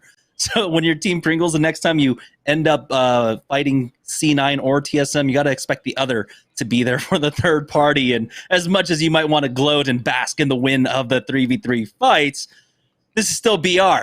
And there's going to be third parties. Yeah, exactly. And that's a great point, is that they mirror each other so much that you can predict that. And maybe when you predict that, it gives you a little bit of an advantage in terms of how you should set up and anticipate the fights. As you take a look at this, again, overview flying camera to see exactly what happens with our 50-50s. We had so many different fights happening over towards the lava side, towards the staging side. We had another fight that was happening in the back of thermal station, surprisingly. And uh-oh, get out of there. Ooh. Verl's almost going down there. Dropped to about 45 HP, and he will fall. You don't get to see the bow check bow often, but off drop, every gun is going to be used as Era. Won't be able to get that first knock. Stunny needs to heal up with that med kit, so that buys them a little bit of time, but you can see Tech is trying to take advantage here. Does have to be careful. There's a 2v1 right in front of him, and so he will try and wait things out a little bit. Gets tagged down. Arcstar forces him out of position. He is forced to drop down to the low, and so Team Intel might have an opportunity to recover here. You have an armor swap for Tech, but he still needs some help behind it. The thing is, he has syringes. He's also playing Octane. That armor swap is huge for them. Now Stunny gets back to full shields as well. They're just going to continue to bait. Problem is, now this is so difficult because you're waiting for the third party to... Oh my goodness. That is so unfortunate. That is so unfortunate for Team Intel. Great news for Era there. There's a grenade possibly flying in, but I'm worried about a potential third party. Both these teams could end up griefing each other. Cheez-It versus Charlotte Phoenix, though, is it looks like Cheez-It got the first knock at the very least, but have they been able to capitalize? It's taking a long time for them to try and push up at this point, so the res might have come through. They're stuck here on the low. Gold cargo bot, and it's just the turbocharger. Unfortunate. But yeah, they're going to have to continue to... actually, they do at least secure the thirst onto Kodagami, but now do they continue to try to make this fight happen? We'll see, because like you said, third party, it's about come down time for the teams to start rotating in, so the Lava City team can come over here, the Tree team can come over here, as Rockstar find themselves in a fight as well. Not too far out from staging, it's going to be Team Intel. They were able to get Verhulst back up, and Strictly thirsted. He was so disconnected from his squad. Grows to show Team Intel, not just a team that can fight, a team that can play around basically crappy situations. I mean, getting 50-50, getting knocked right off the rip, not having even a gun. Now you're going to be getting whatever Strictly's loot was, and probably wasn't that bad. Probably better than what you had even throughout that situation. So nice job now, Rockstar, in a weird predicament here.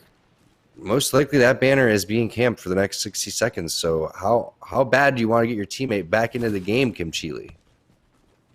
Yeah, they'll have bubble, they'll have, I gotta imagine, the jump pad, but oh, nope, they've been spotted out. There's the bubble, and he has to bail on this one as the missiles come out from Team Intel there, as Kim Chile does back away, but is he out of danger quite yet? No, he's gonna be forced to bat, but you gotta imagine the drop down's already coming, and they're on his roof right now. He needs help, he needs Crummy to turn around, but what a great push out from Intel, covering both entrance and exit. And we'll be able to finish him off. And Rockstar on our left, Crummy to just rat this one out. Oh, he secured the banner. Okay, I like that play from Crummy. He's going to sacrifice one and get one back potentially, and then maybe even do the whoop, swoop, and pull over here to try to get the other teammate back in here. Kim Chi Lee's loving what he's seeing right now from Crummy. Rice Krispie Treats, though, this is, again, a very awkward spot to be in. You are not expecting to fight on your rotation coming outside of Dome. Could be a handful of teams right here. We know the 50-50 is having over towards the Lava City side. This could be Team Razor in the vicinity. Who knows? Yeah, they'll have the Valkyrie ultimate to make this rotation. It's a little bit difficult because of the egg dome shells there. But if they want to walk it, maybe they can walk it as well. We know that the 50-50 was taking place over by launch site, but that might have largely fizzled out as no team really committing to it despite the thirst out from one team.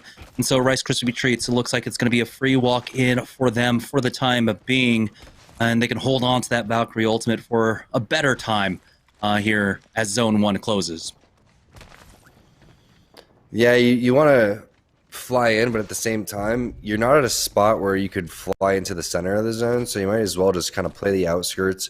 Maybe you can find a beacon along the way, get a scan, find out where round number 3 is. Then that's the best time to ideally make your way through. But just in round number 1, you shouldn't face too much gatekeeping directly on the edge of the zone. It's when you start to make your way in towards the priority areas where people are looking to pick people off. Kind of just like it's like this building right here is G2's actually going to take the fight towards them, and this is typically a spot where you see them fight for in the end game, but this is still very early to take this, and G2 feels like this is secluded. Yeah, a lot of teams could be coming from that tree set. They're not running a Bloodhound, so they don't have the additional information as Crummy does get finished off. I don't know if he ever got the res, but it looks like CLG will be able to finish him off. G2 getting scanned up as Gentrifying was trying to make his approach, and so he's going to be forced to queue back. So it's you know, a rare sight actually seeing the Wraith at the very least. To note that they've got 2 mobility legends along with that. I was about to say Winston. Oh my god, all the Overwatch is coming back to me in the last 2 days. I don't know what's going on. The Gibraltar, excuse me. Razor in a fight with Charlotte Phoenix though, as Baby Thule goes down. Hakulo trades back as well. The fight probably taking place on the southern side of the map. Designful keeps getting peppered with a decent amount of damage. Oh no. Stink, I'm surprised that he's getting away. Yeah, Octane extremely fast, but with just a sliver of HP, dodging out of that one, and not enough time to grab Greek's banner. Does have Kodagami, gonna run right past that one, though, and say, gotta find a safer spot to potentially res. I mean, you could loop back around if you wanted to. Problem is you want to keep running, because if this is a Bloodhound team, you can't rat things out, as Verholst actually gets dropped by Phil, so Team Liquid taking on Team Intel, who won the previous game off the scenes battle event. Yep, it looks like it's a fight over here as Team Liquid drop down. Dupe does get knocked as well, and Verholst gets thirsted throughout all of that, so they're gonna leave just one remaining for Team Intel, our winners of game number 2. So it seems like there might be a curse on winning your game. Next game, you go down pretty early on. We'll see though if they can get recover the banners and get them back into it. But Team Intel, Team Liquid, you know, they're no strangers to being able to play on the edge, and I think they might just camp the banners for now as they continue to look for more and more fights here on the edge. That was an impressive little pick right there, and I think it is, you know, it's not the Madden curse, it's the Series E curse, okay? You win a game on our opening day, you lose the next one. It's just facts. You don't even get a point. You go out in style, actually, blazing without even a chance, just like how G2 actually dropped in the back of Thermal as well, too. So Team Razor, they are locking down top of sorting. It's surprising. I don't think I've ever seen Zeratricky maybe once with gray armor before, because their loot is always really, really good. Not just that, they're always fighting fights and getting damage in the early game. So now waiting for that to kind of get charged up. He does have one of the stronger R301s as well, and I'm always interested to see, you know, what the Gibraltars decide their secondary is going to be, whether that's going to be Mastiff, PK, EVA 8. I tend to kind of lean more towards the Mastiff just on Gibraltar, especially because of the ADS. I feel like players make a little bit of a mistake of zooming in with the EVA 8 too much. You do have an opportunity, you want to zoom in with Gibraltar, but you have an opportunity on the other legends to, you know, improve your strafe when you don't ADS. So I like this massive combination that Zeratricky has. He's going to go with the EVA 8 as I talk about that. So the EVA 8 is still too strong, and Zeratricky's showing, okay, this is why you're casting. We'll leave this one to the big boys over here. We're taking the most overpowered gun. Yeah, even though his arm shield got nerfed, right, where the shotgun damage can bleed through instead of just, or well, any damage can bleed through without just getting completely soaked up, you can still trade effectively throughout the bubble along with your arm shield. Back in the day, of course, you were just looking for the big bursts with the PK, with the Massive, but right now, the EVA meta, just dish out so much damage if you got a decent bolt on it. He does have, I believe, a blue bolt on that EVA 8, and so it's ready to go to just tear through people. This circle, it was a very similar one to what we had in game number 1, but it's going to go ahead and pull towards staging this time. what a lot of people expected in game number 1, but now in game number 3, it's going to play out a bit more how they were expecting. And there's no way, Vax. What are you doing? We got the Black Market Boutique with that Loba out for CLG. We've seen it before. It actually was something that was being played in the ALGS finals for our EMEA region, so not surprising, but Vaxlon has to dip out. There's the EMP coming through. He's going to bracelet back on over towards the teammates and play this one safely. You do get a scan on the zone, seeing that it's over towards the staging side, so it's going to be fairly interesting. And we do get the request that you hoped for, Jamerson, a nice variety of our zones so far. I would love to see eventually, as we're going to be moving into halftime here very shortly, but I would love to see some of our building endings after this. If we could get like a skyhook one, a fragment one, that'll be awesome, because we've had some pretty open areas so far. But we saw, again, just the importance of Gibraltar in general in the arenas, and it doesn't change with the VR mode. You need the Gibraltar just hands down for these skirmishes, for the get out of jail free card, for whenever you need your bubble, for the quick reses, but most importantly for when these zones do pull into the open area, which more often than not they do. Scurry just single tapping with the flatline, even though he doesn't have the Anvil receiver on it. Gonna try and hit the long range shots. Vaxlon is up there, and Shiny's the one that's, I believe, was running the Sentinel. Was about 600 damage off from getting the red Evo shield for himself. No way. This might be Intel. Excuse me, Team Liquid on the other side here. That they were lurking on the northern side of the zone as they were trying to walk this one in. As you can see, Vax is trying to set himself up with an off angle here, and he does have an R301. Team Pringles playing off of Harvester right now. Looks like they're getting ready for their rotation out. You have the Ultimate Excel being popped by Fury here, as Team Liquid, no, they're actually still here on the northern side of the zone, actually playing by train side, and they have a team right below them. There goes the scan, perfectly executed right there. Flanker defensive bombardment is going to come in, but the bubble has been used. You can see the bridge is eating a lot of that as well. They do have the location from these players from the previous scan, so it's just about taking aim, waiting for opportunity, and then starting to collapse, as Hal actually does get a knock right there onto Mercy. So Team Pringles trying to not meet the same fate that they previously had. There's also a drone in the air, so 2 teams in the vicinity. Nice Sentinel shot, not going to connect though, coming in for Fury. They're going to have to give Mercy the old uppercut right there to get down towards the team, but instead this is just a dip out situation, just way too much heat.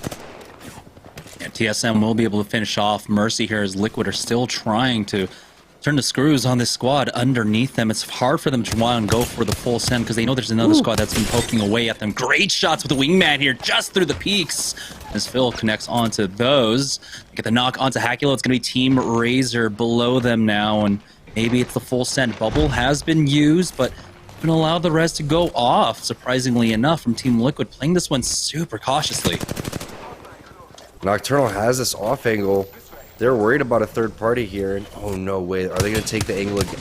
Look at these angles. Oh, they get Hakilo again. Now they have to full send. It has to be a bubble from Phil immediately.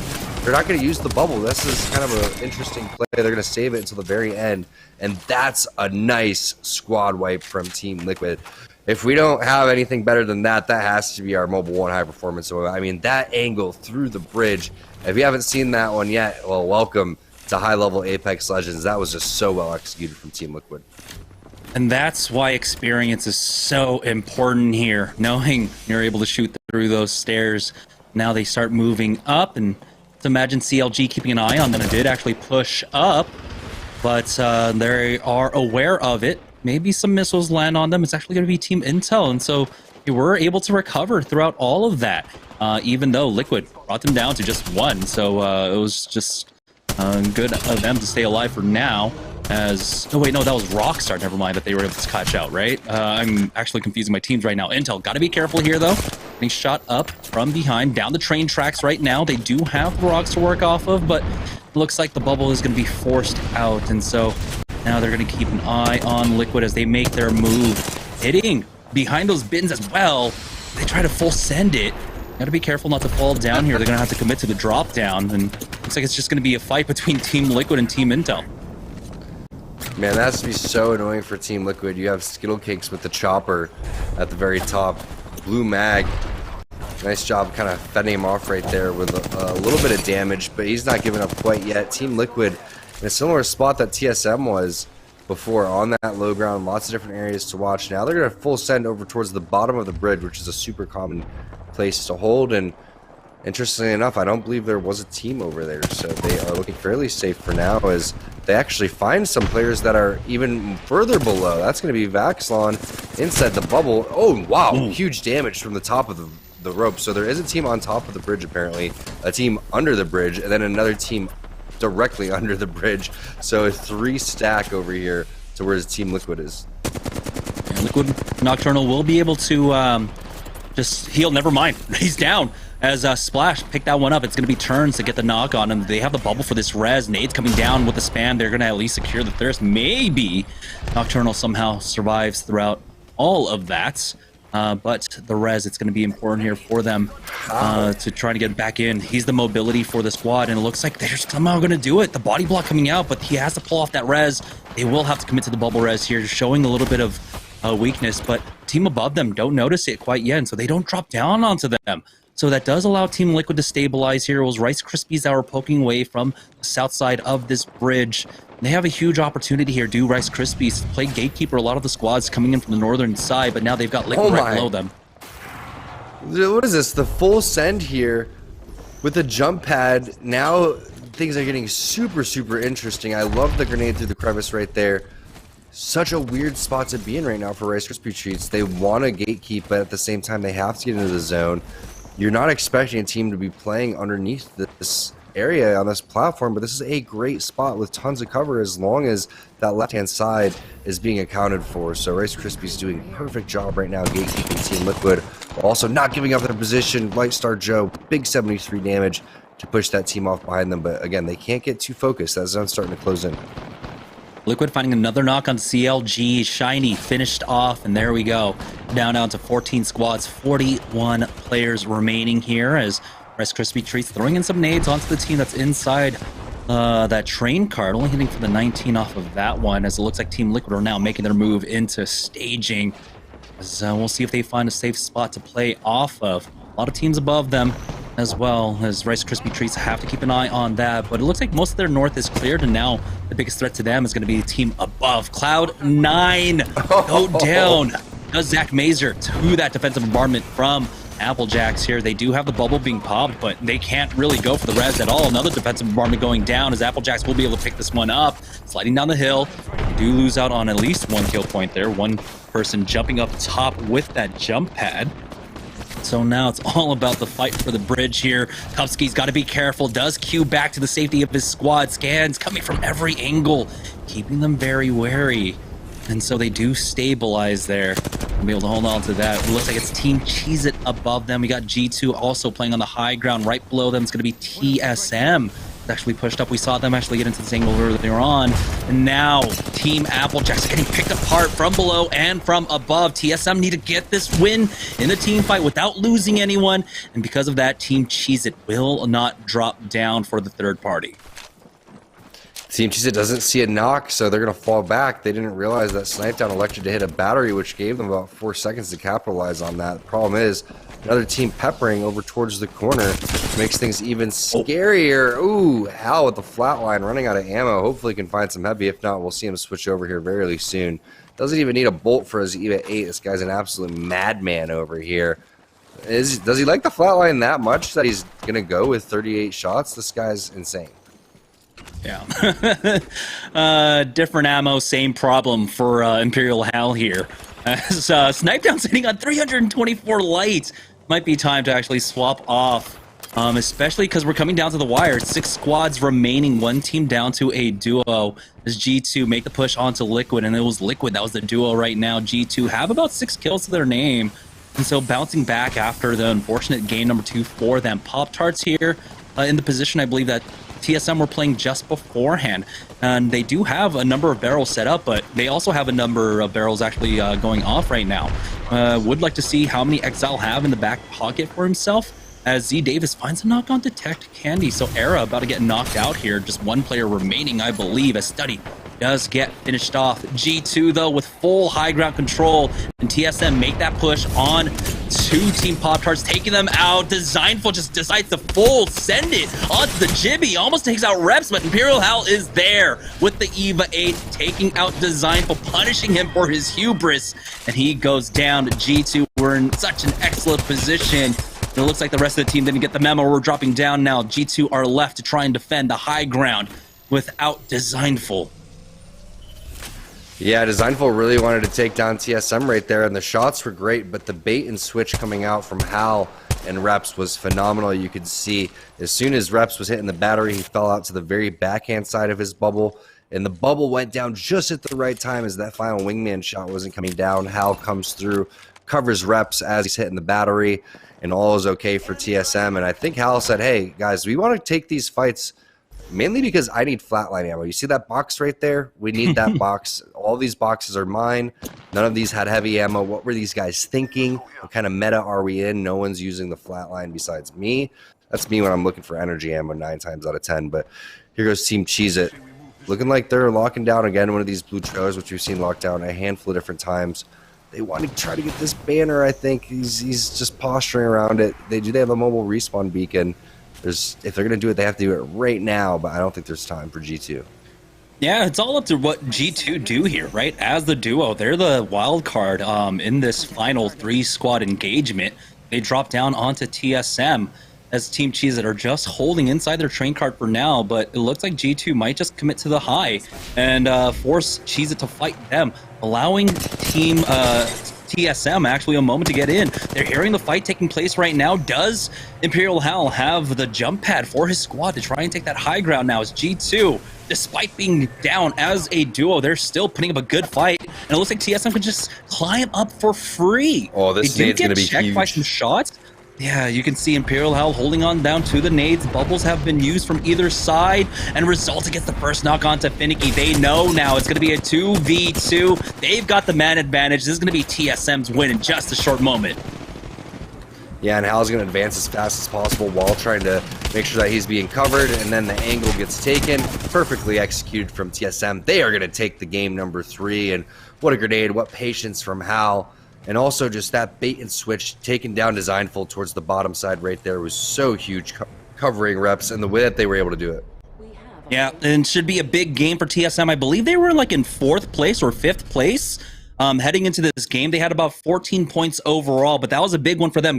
Got the plus 12 along with about, I want to say, maybe 15 kills. It was a big one for TSM to bring it back and in, but with G2 getting a pretty decent finish there, hitting the top 3, they will be able to, I believe, overtake teams like Intel and such. So we're going to go ahead and take a break as we have hit our halftime. And when we get back, it will be the final 3 games of the evening right after this.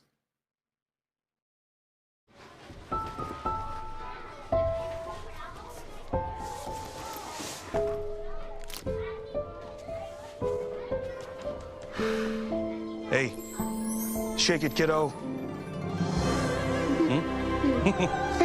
Love Dad. Oh.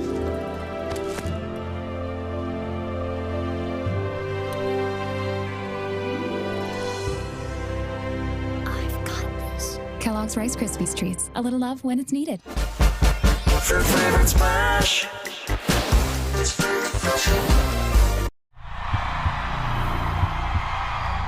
I wasn't born in the spotlight. Nah. Had to grind to shine, like a star on a hot night. And something about the struggle now resides in my muscles. And every trial and trouble helped to hang my hustle. Real rock stars don't chase the spotlight. It chases them. Imagine you love frosting and filling. I do love frosting and filling. Oh, well, imagine if there was a way to enjoy that delicious goodness anywhere, anytime, out of the toaster, out of the box, out of one of those baggy thingies, with nothing but a thin layer of foil between you and... Pasta. Yes, Curtis. This is a commercial about pasta. I love it. Frosting and filling for your pasta. I like pesto. Kellogg's, Fruit Loops, Apple Jacks, Corn Pops, Tiger Paws, they're Jumbo. Jumbo snacks, snack time heroes. Don't take them on the go. Eat your cereal,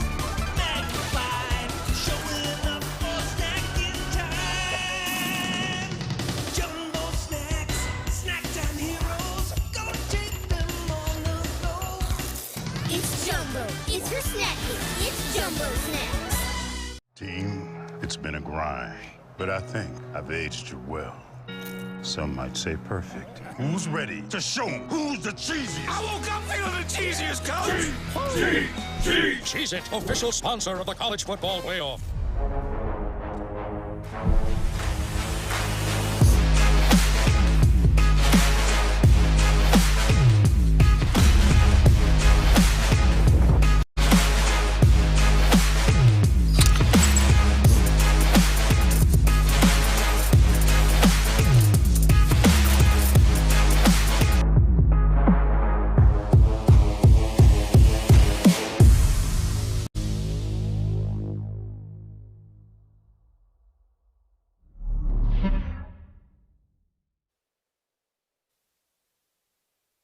All right, folks, welcome back. The first half of the day is all set. 3 games in the books, and we see TSM capping off the first half of our first Pro Night of Season 3 with a big win. We started with Team Razor and Team Intel grabbing wins, and now the pros get on the board. We'll have to see how that does, in fact, shake up the standings for our Mobile One leaderboard when we go back to Jamerson and Tom in a little bit. But let's look back at game number 3. TSM getting a big win, winning that late fight against Cheez-It and Finicky there.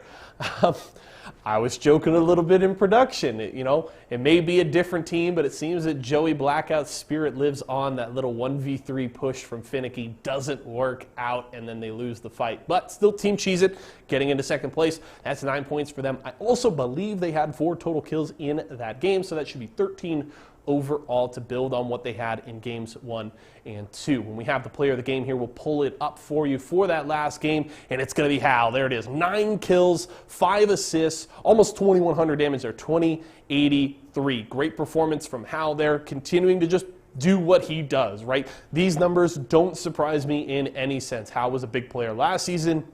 Reps and Snipe Down make up one of the most lethal squads in the world. There's a reason that TSM is always so hyped up very consistently. Production has a little note for me here. Maybe they do, maybe they don't. That's okay.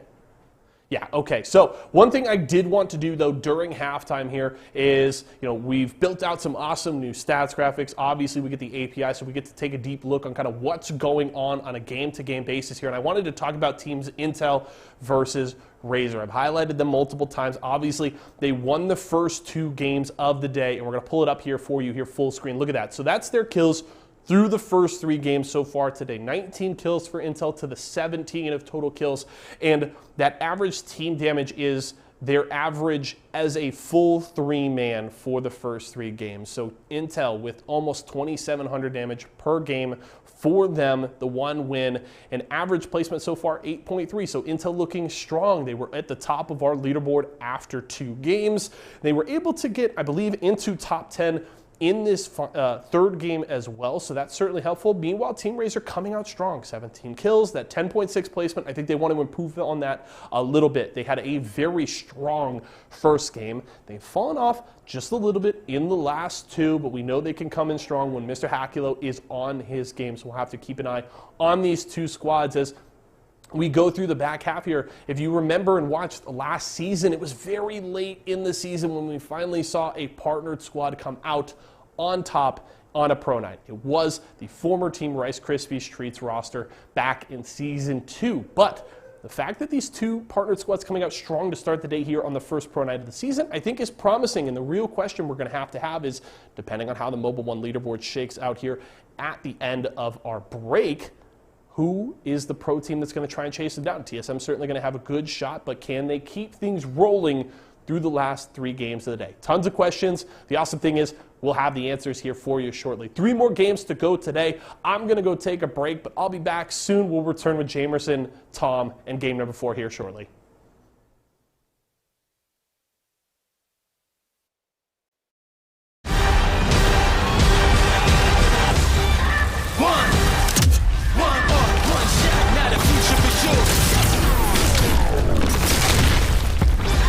Versus coming daily under pressure. Working on the plot and the scheme. The true sign trademark is at the edge of your dreams. I'm talking. Yeah. One shot, now the future is yours.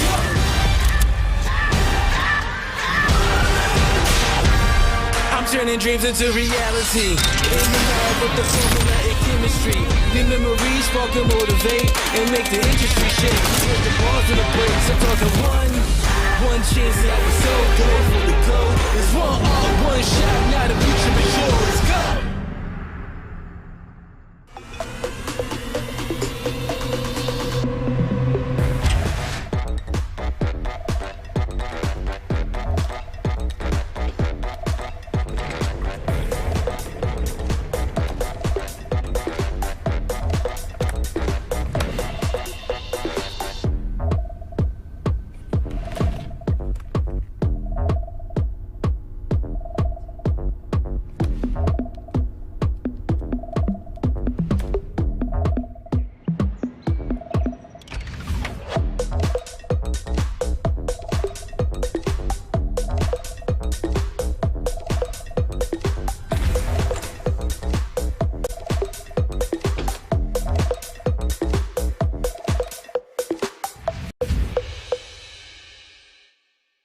Imagine you love frosting and filling. I do love frosting and filling. Oh, well, imagine if there was a way to enjoy that delicious goodness anywhere, anytime, out of the toaster, out of the box, out of one of those baggy thingies, with nothing but a thin layer of foil between you and... Pasta. Yes, Curtis. This is a commercial about pasta. I love it. Frosting and filling for your pasta. I like pesto.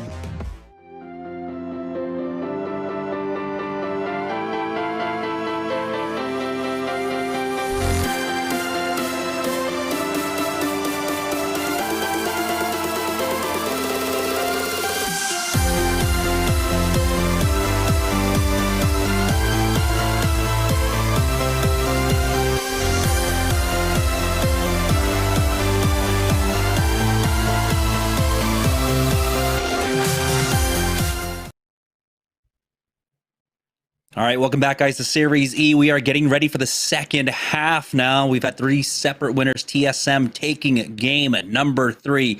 So let's go ahead and take a look at the Mobile One leaderboard to see where they stand now on the leaderboard. Before that, they were in about 4th or 5th place, and now they put themselves comfortably in second, with G2 now taking first place with 47 points overall, Tom. TSM is looking so good after that game. Surprisingly, that G2 is even in first place right now. But they've been slaying out, and you could see the way that they were trying to get at TSM down below. They realized the situation. Hey, if we let TSM continue to go to the late game, they're going to be annoying, so we got to try to capitalize on that right now. Unfortunately, not everyone on the same page is designed for. You saw the portal was coming out, I believe, by gentrifying, and then they just were a little bit split, and then TSM going to take full advantage of that. So it's going to be interesting to see, again, which teams are going to try to put up the fight against these top teams, because TSM is looking like they were in Season 2 form, but I want to see Team Intel, Team Razer, Pop-Tart, some of these other partner teams come through swinging. One thing I want to note, I could be wrong. I tried to do some quick maths here. G2 had 25 points heading into game number 3, so they put 22 points on there. They got the +7. So they had another 15-kill game there in game number 3, so this could have been absolutely huge for them. I mean, it was. Let's go ahead and take a look at the Mobile One high performance moment of game number 3. And there were a lot, but it was ultimately here TSM noting exactly what was going on. G2 decided they were going to take the fight over to Team Cheez-It. They got the knock on to Finicky, and it was just all TSM from here. Not really sure what Cheez-It's thought process was. Unfortunately for them, they thought if they got onto that platform that was going to be the safe spot. Instead, it was not very safe at all. And Hal takes just full advantage of the situation, waiting for the sound cues, knowing and timing when that bubble is going to go away. You can see the arc star in his hand. You were wondering, is he going to stick everybody? No, everyone full sends it over towards the bubble. He could have easily sent that a little bit too early, but instead he waits perfectly until that one is timed. And that grenade, not as strong as the grenade we saw from Hackhill yesterday, but still a solid one nonetheless. And G2 still showing how dangerous they are, even if they're playing a man down, especially here in the late game. Getting that knock on to Finicky was huge for TSM to find this opening. But yeah, we have G2 now in the lead with first place. I believe, 7 points above TSM currently. But this is TSM now starting to really open up. We're not seeing the 50-50s between them and Cloud9 over at Fragment. Currently, maybe things do change here in the second half. We're going to find out as we get ready for game number 4 very shortly here. But yeah, this is great to see TSM starting to fire on all cylinders, having some great rotations and some great shot calling so far. Typical TSM play style. I mean, we knew in some of the earlier games that they were stuck in a difficult spot with rotations, but this time they kind of fought their way through. You could see already 7 kills, 5 assists coming in from Hal.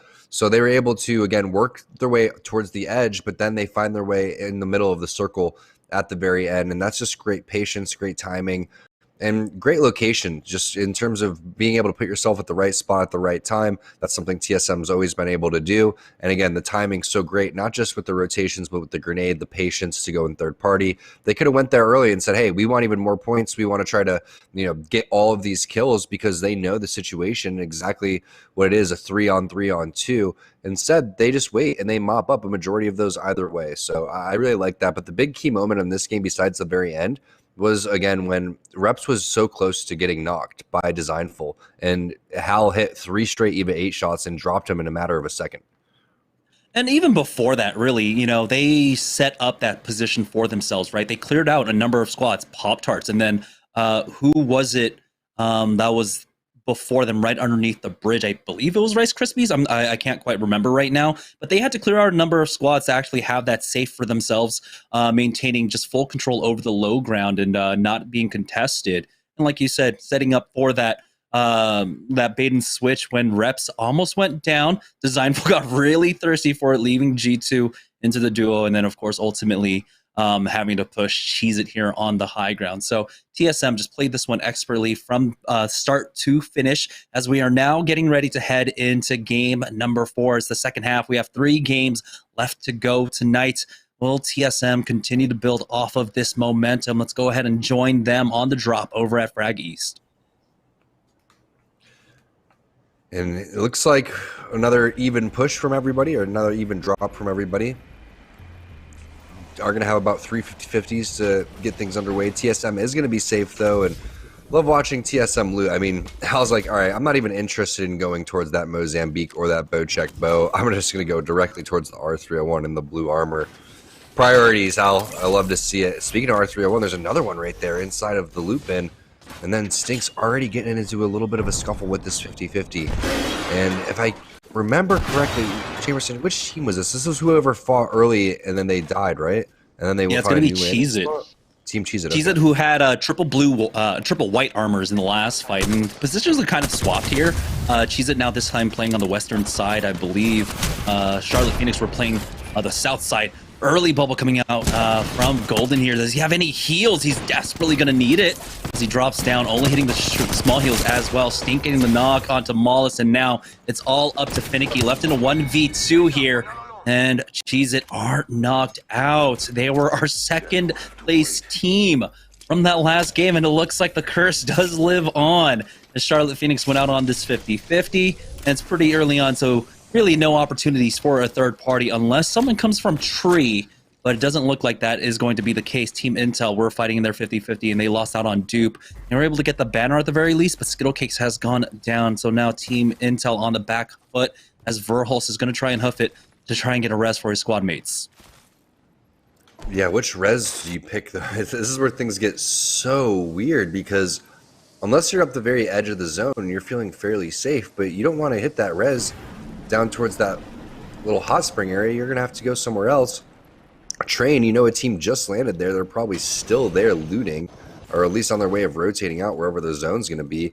So at this point, Verhulst, you may have to just rat it out. And there's the shots. They saw the trail flying through, and there's the charge. Oh no, poor Verhulst. The hunt is on.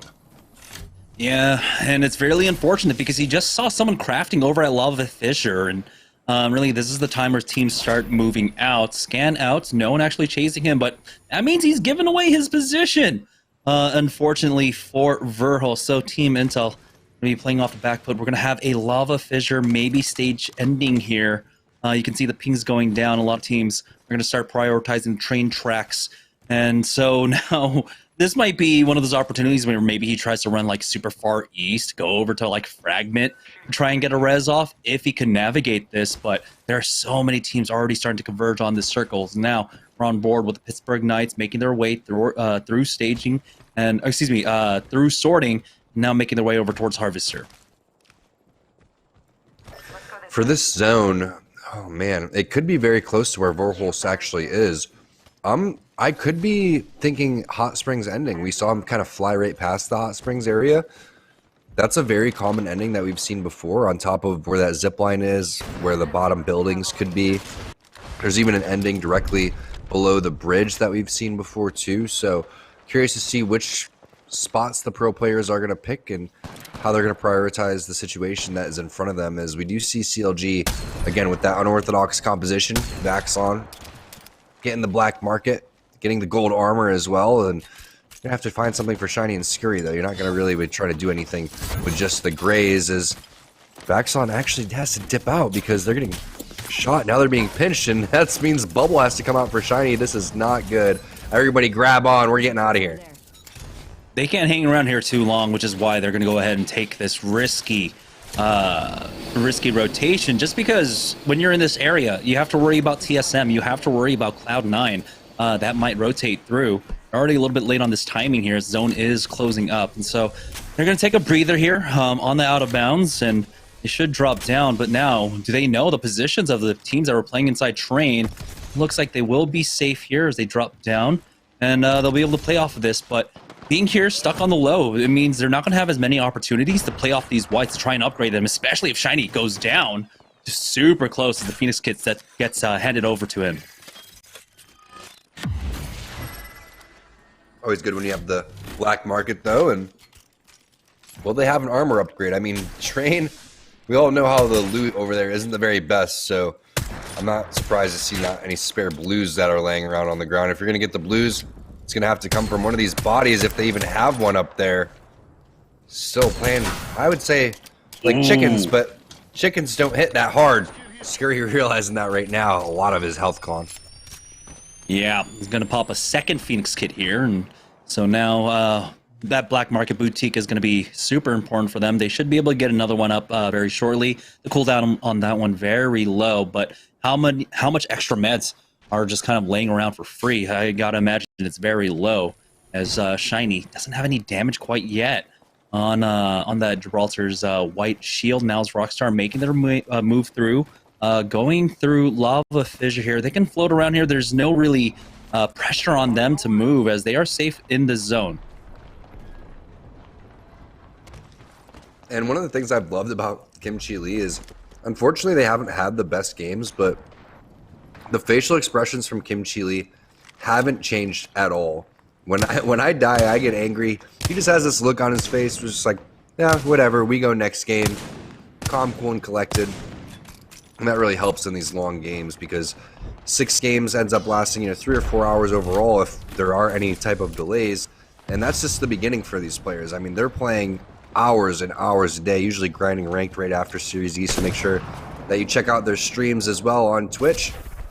Let's take a look at what Applejacks is up to. They are one of the other teams inside of Train. It is getting crazy over here.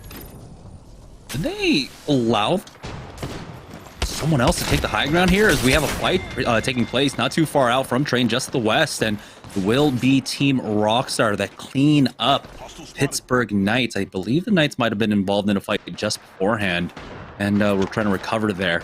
Here's Applejacks once again taking control of one of the high ground Train carts, trying to get some poke damage off, and it's going to be up to Blueberry, even though he's only got 15 shots total on the longbow and still has a long way to go for the red Evo shield. So he needs to land every last shot. Does he have a secondary to swap off to as well, is the big question up here in the Train cart.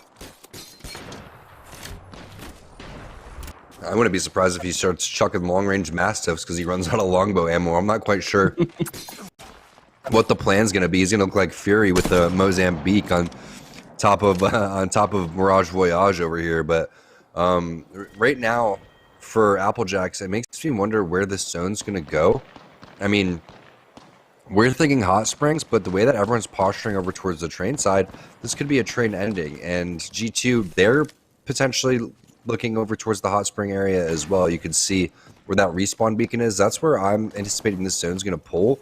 It can continue to do the typical Apex Legends where it just pulls towards the bottom, or it could do one of the, pulls bottom, bounces right back over towards the middle or top. So I have my confidence in G2. I mean, they picked that thermal station zone very well.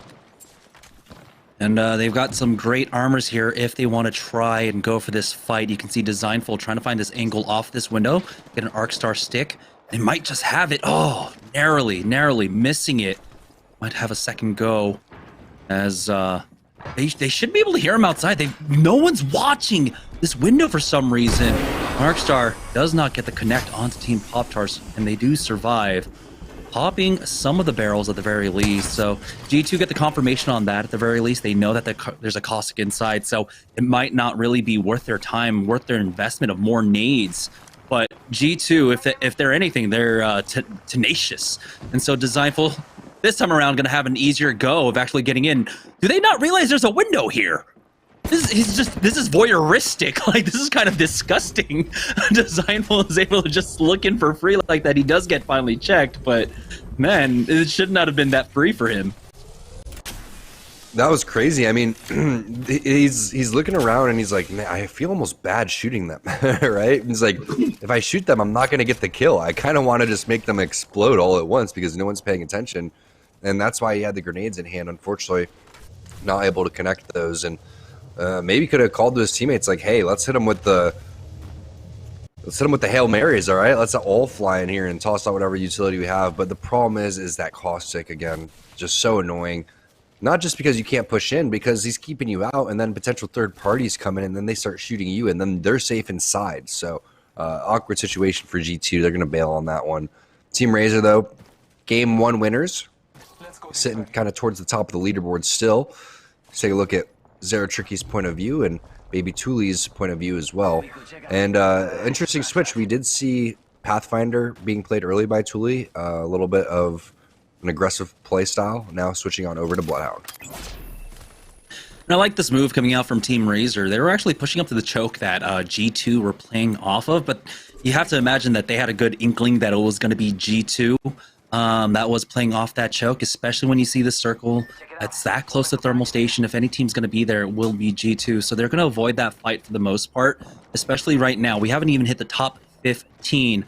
Pop-Tarts poked their head out to pick up some extra utility. It looked like there was an Ultimate Excel, I believe, out there for them to use. When you have the Gibraltar, when you have the Caustic, those are two ultimates where you get so much value because of how long the cooldowns are onto it. So they're definitely going to need that for now. Poking and prodding is going to be Exile. He's got that G7 Scout, but he's still so much damage away from getting that blue Evo up to a purple. Oh, TSM in some trouble. It's all up to Reps left in this fight. That happened fairly quickly, too. That's going to be Team Nestle Splash. Also, Razor finding themselves in a scuffle, too. You hear Beast of the Hunt being popped by Tuli. Bubble waiting to go away as they're wondering how they're going to attack this situation. Hakulo has a great off angle over here. You can see the spacing from Team Razor. Everybody taking different spots. They're all taking separate head glitches as well, waiting for some big damage to be used, but they have to back off and scan Dorito building and check to see if anyone's coming from behind because of the priority position that they have. So they can't get too aggressive. They understand the situation. Everybody kind of waiting for mistakes to be made, and a mistake could be an overextension. It could be a fight that you weren't really anticipating that should be taking place. So they're going to just fall back, and I do like this play as we do see the zone kind of pulling away from them. They're going to have to make a play here very soon. Cloud9 ultimately did finish off, by the way, TSM, so looks like the curse still living through as Malice Mamba will go down. C9 staying alive for this one as they get Stay Naughty back on up, and they're going to have to start running down. It's a minute 35 before this zone starts closing, but a fight taking place over at Countdown. Was not expecting this overall, but they should be roughly safe. We're down to top 15 finally. Games have slowed down considerably from what we started off with. Remember, game number 1, we had 14 squads left when zone 1 ended. Now we haven't even hit 14 squads in zone number 3. This is actually looking like a right proper Apex Legends Pro match. Got a hashtag save Apex ranked Albarelli gamer tag going on right now. Interesting username. But one of the things that I do love about watching Albarelli play is his diversity in legends. And he's always been one of the strongest Pathfinders that we have. But Wraith, Valkyrie, Horizon, Gibraltar, all of these are definitely within his wheelhouse. As we see another position being taken by CLG. CLG typically will land over towards the Skyhook side, and then they'll take, in this circle, the building that is directly above them. Unfortunately for them, the rotation wasn't fast enough to get to the building.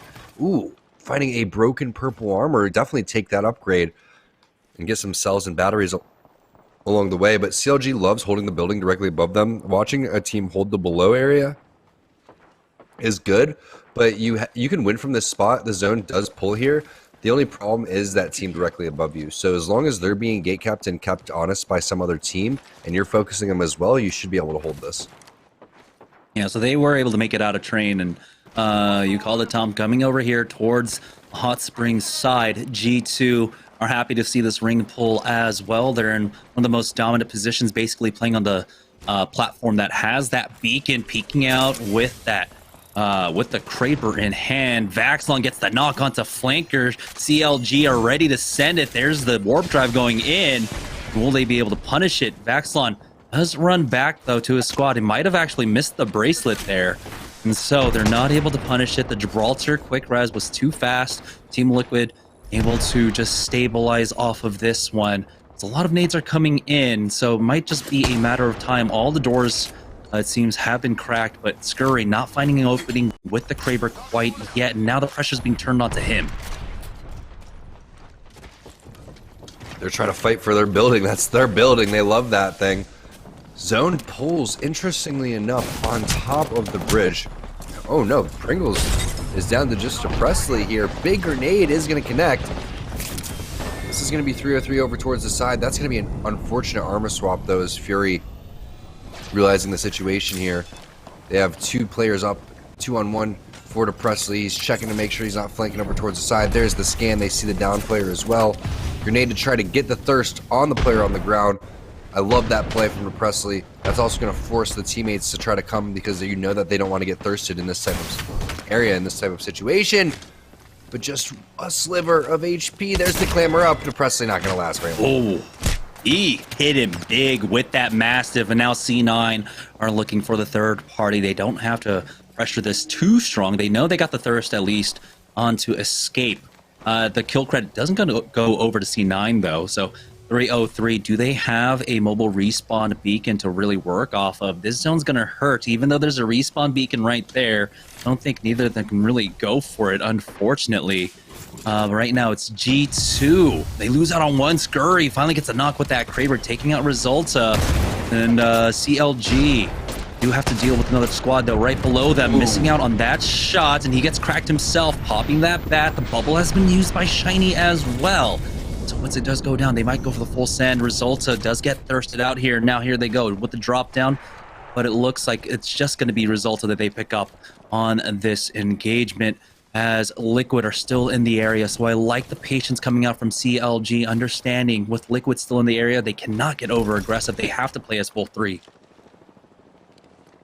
This is a Psycho Madman combo. Kraber, Mastiff over here as Rice Krispie Treats are both just a sliver of HP. Stunny Tech Era collapsing on this one. Nimasona most likely going to be dead to the players that are in front, as well as Era actually gets flanked as well. That's going to be Team Razor coming through with additional knocks. Intel getting involved as well. Renegade's POW is going to take out Gentrifying as that's happening in your kill feed. And Intel finds themselves in a decent position with the zone closing over behind. Oh, they're just in, barely. So Verhulst was able to get his squad back in. Amazing job coming out for them. A lot of armor swaps here, but Pop-Tarts lose out on one. It's going to be a 1-for-2 exchange now in favor of Rockstar until Lion gets a huge crack with that Mastiff. Does he have the armor swap to work off of? He's trying to find anything here. All the gold bags just kind of baiting him now, and he gets finished off. Team Intel will be the ones to pick up all of this loot. Got to go for the red ones. You know, it's not the purple or the gold ones. Go directly for those red ones. Those are the ones that have those armors in them. And unfortunately for Lion, 2 to 3 different boxes, all empty with the armor swaps, just straight debated throughout all of that. And Intel going to take advantage of this. 3 kills, only 400 damage. That's something that you love to see if you're Volholst. And CLG, awkward spot to be in. Ooh. There's a perfectly placed grenade as well. This is a tough spot. This is not like how our Team Liquid was playing the fence. This is a little bit more hot. As speaking of Team Liquid, that's the team in the area. That's going to be Nocturnal with the additional knock. As soon as this bubble comes down, grenades are going to be coming down from the heavens. And they don't want to drop down quite yet. They've got the angle forcing them back once again, but Nocturnal knows exactly where they're going. There isn't much space really to work off of. They're getting tagged, and look at what Team Liquids is doing, right? Even though it was just a man standing still on top of the blue bins, Nocturnal's not even taking the shots at him. He's allowing them to put the pressure on to CLG right below them. He's allowing the rest of the lobby to do the job for them. We've hit top 6 in the zone. Team Liquid have the ultimate high ground here on the tracks as well, and they're playing this one patiently, not risking anything. Nice tracking there from Nocturnal, also leading his shots a little bit as that player was Thuman. Scurry gets knocked again, and there's another bubble coming through, but Nocturnal's eating a lot of scout damage. They need a bubble. Where's Phil when you need him? All right, he somehow gets that bat off at the very least, and Liquid actually dropped down into the low with the ring closing on in. There is the bubble, the patience coming out from Phil. They've got the full team, CLG, stuck behind that rock right now. Thermite narrowly missing, and this is going to be troublesome. C9 on the other side of this fight here, as Nocturnal gets a good crack with that R301. Phil, though, going to get slowed down by this EMP that comes out, and Shiny goes down, as it looks like Cloud9 a little bit separated, and it's just all up to Albralele as he makes the push to try and get this kill onto Applejacks. 00 negative does get finished off, but here comes Team Liquid now to try and finish him off. Albralele goes down. It's going to be Team Liquid with full control over height. Nice job by Team Liquid. They predicted this circle perfectly. Early pings went down onto the train tracks. We were wondering if it's going to be Hot Springs. Well, it's directly in between Hot Springs and train, almost middle of where that first scan into round 2 was going to be. But now Team Intel in a extremely tough situation. Yes, you do have CLG down towards the low ground, but Shiny is going to be taken out. Oh, the bubble with just a sliver of health. That's going to call for Team Liquid to push down, and then here comes the push. That buys enough time for Team Intel, though, to at least heal up. Here's Nocturnal back up on the high ground now. Excellent cap strafes, and oh no, now it's just a free shooting gallery getting the crack mid-air. Skittle cakes to go down. And they are just left falling. Hey, they've got at least a goodbye present for them, throwing down that frag as Dupe goes down to the melee of Phil and Team Liquid. Just having a fun end to game number 4. They'll take the win here in game number 4. We've had 4 separate winners so far, and so this leaderboard is going to look so interesting as we head into game number 5. What a way to have that game end. I don't think I've ever seen a body fly that high into the air and then drop right there. The ragdoll effect was hilarious. The grenade, the death grenade, reminded me a little bit of Halo right there, but Team Liquid playing with the food at the very end. Still another game, good game by Team Intel, though. We'll find out after this break what the leaderboard says, but great start here to Series E. All right, we'll be right back with game number 5 right after this.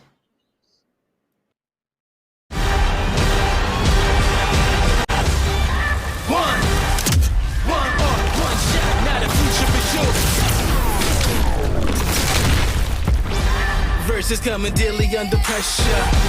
Working on the plot and the scheme. The true side trademark is at the edge of your dreams and talking. Yeah. One shot, now the future is yours.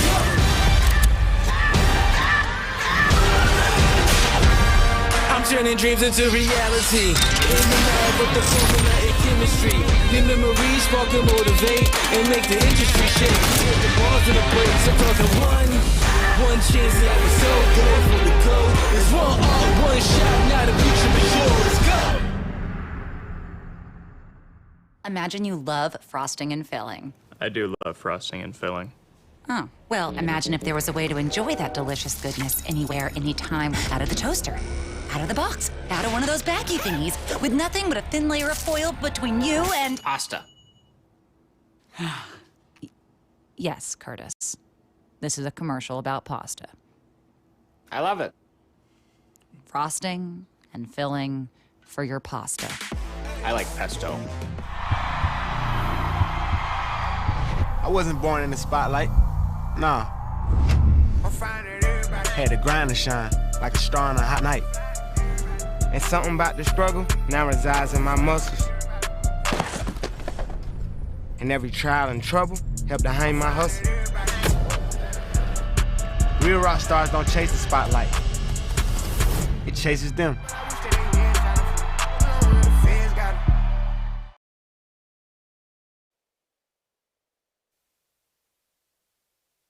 Team Liquid with the big win in Game 4, ladies and gentlemen. Welcome back. Yeso here in Studio Red, the Esports Arena HQ. And 4 games done, 2 more to go. And as we heard Jamerson and Tom talking about, we've had different winners through the first 4 games. Razer, Intel, TSM, and now Team Liquid to complete that 4. And the question is will we get one of those 4 as a repeat winner in any of these final 2 games, or will we continue that track? It's been an exciting push so far. I'm a little disappointed Intel with that Valkyrie ultimate.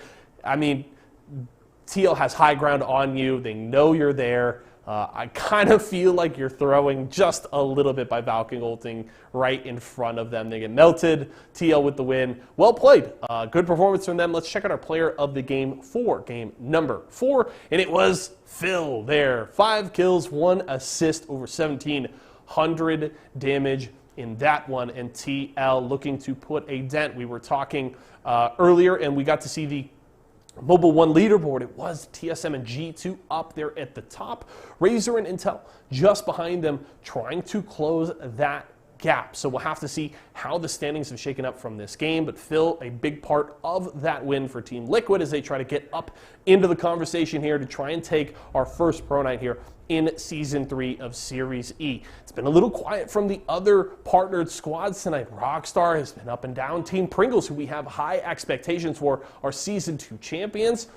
Haven't heard a lot from them. We got to see a very entertaining high-performance moment from them just a little bit earlier on in the show, but on the scoreboard, it's been very quiet, so we'll have to see if a Team Intel or Razer can make a huge push here in the last 2 games of the day to establish themselves at the top of the leaderboard. I talked in our last segment.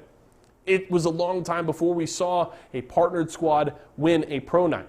Do we get it in the first week here of Season 3? We'll have to find out. We got our next game coming up, Game 5, with Jamerson and Tom after a short break.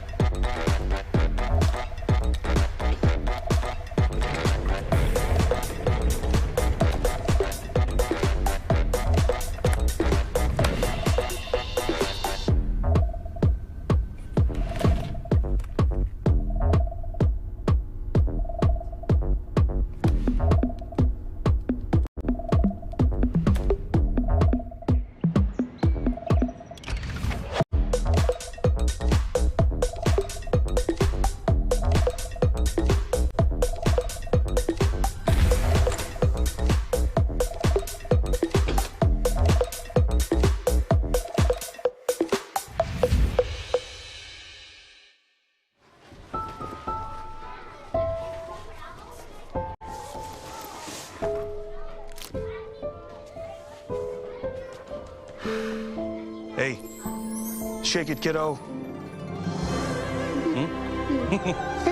Love Dad. Oh.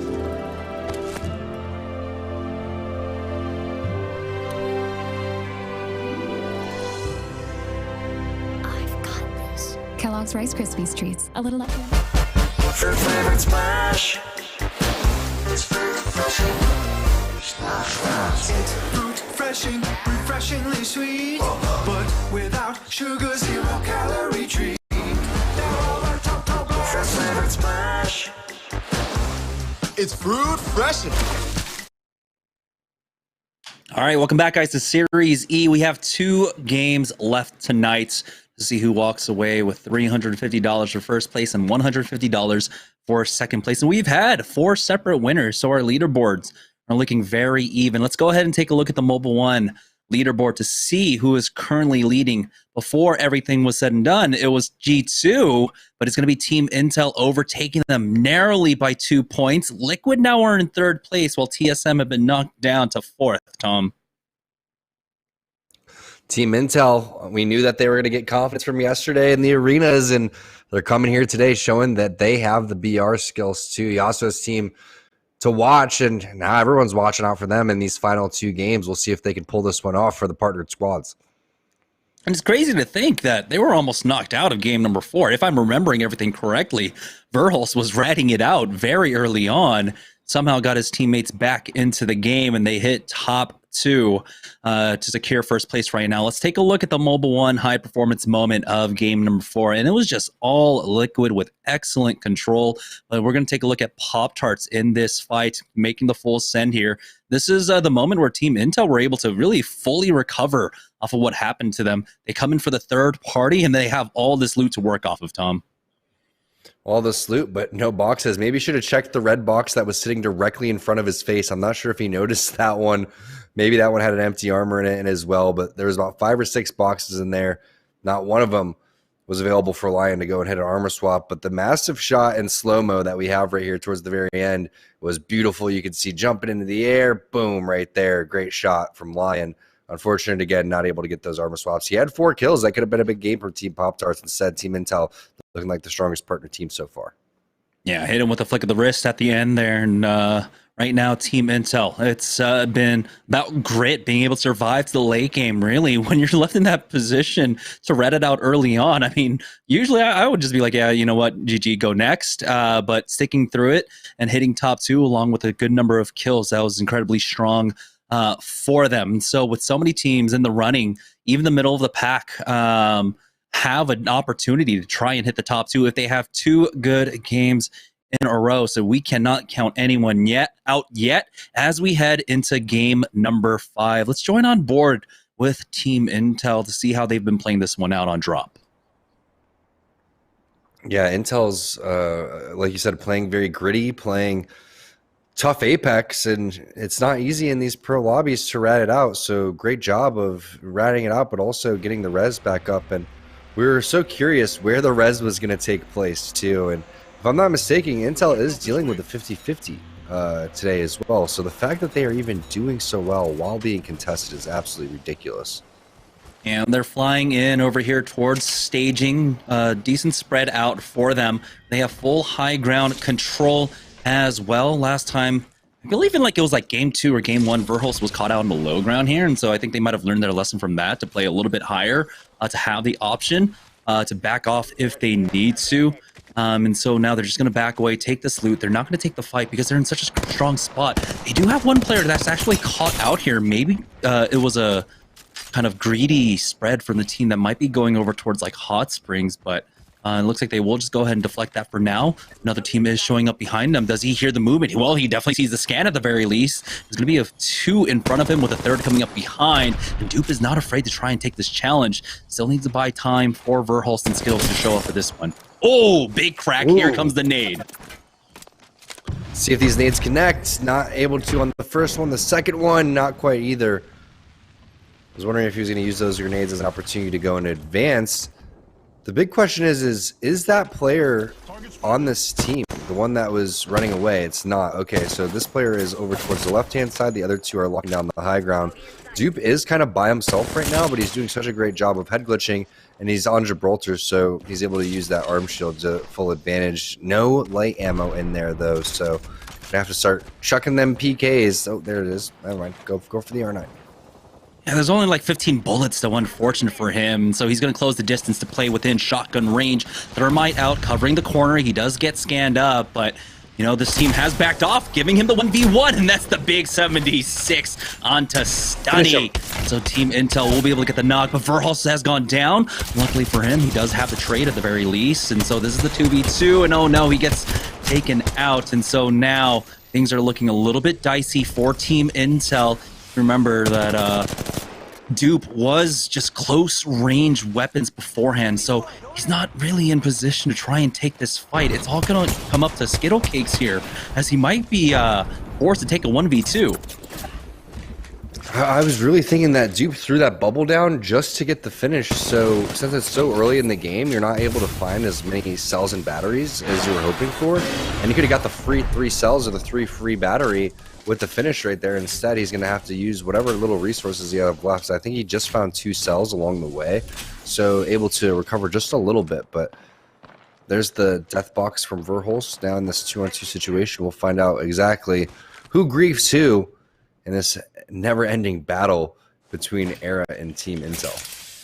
I'm so surprised. I thought the third party was coming in. We saw the outline of 3 purple bodies running up, but they decided to not go for it here. And so it's going to be Team Era that get the free res. They've got the beacon right there. And unfortunately, you know, Verholst was the bro in game number 4. They haven't even recovered his banner yet. And so it'll be surprising if they get him back in. I believe they had about 40 seconds left on that banner time as well. So they're going to have to play this one out as a duo. TSM, though, making their way on down to the south, as it looks like Strictly caught out Dupe, and so now Team Intel just left down to 1. Rockstar will pick that one up.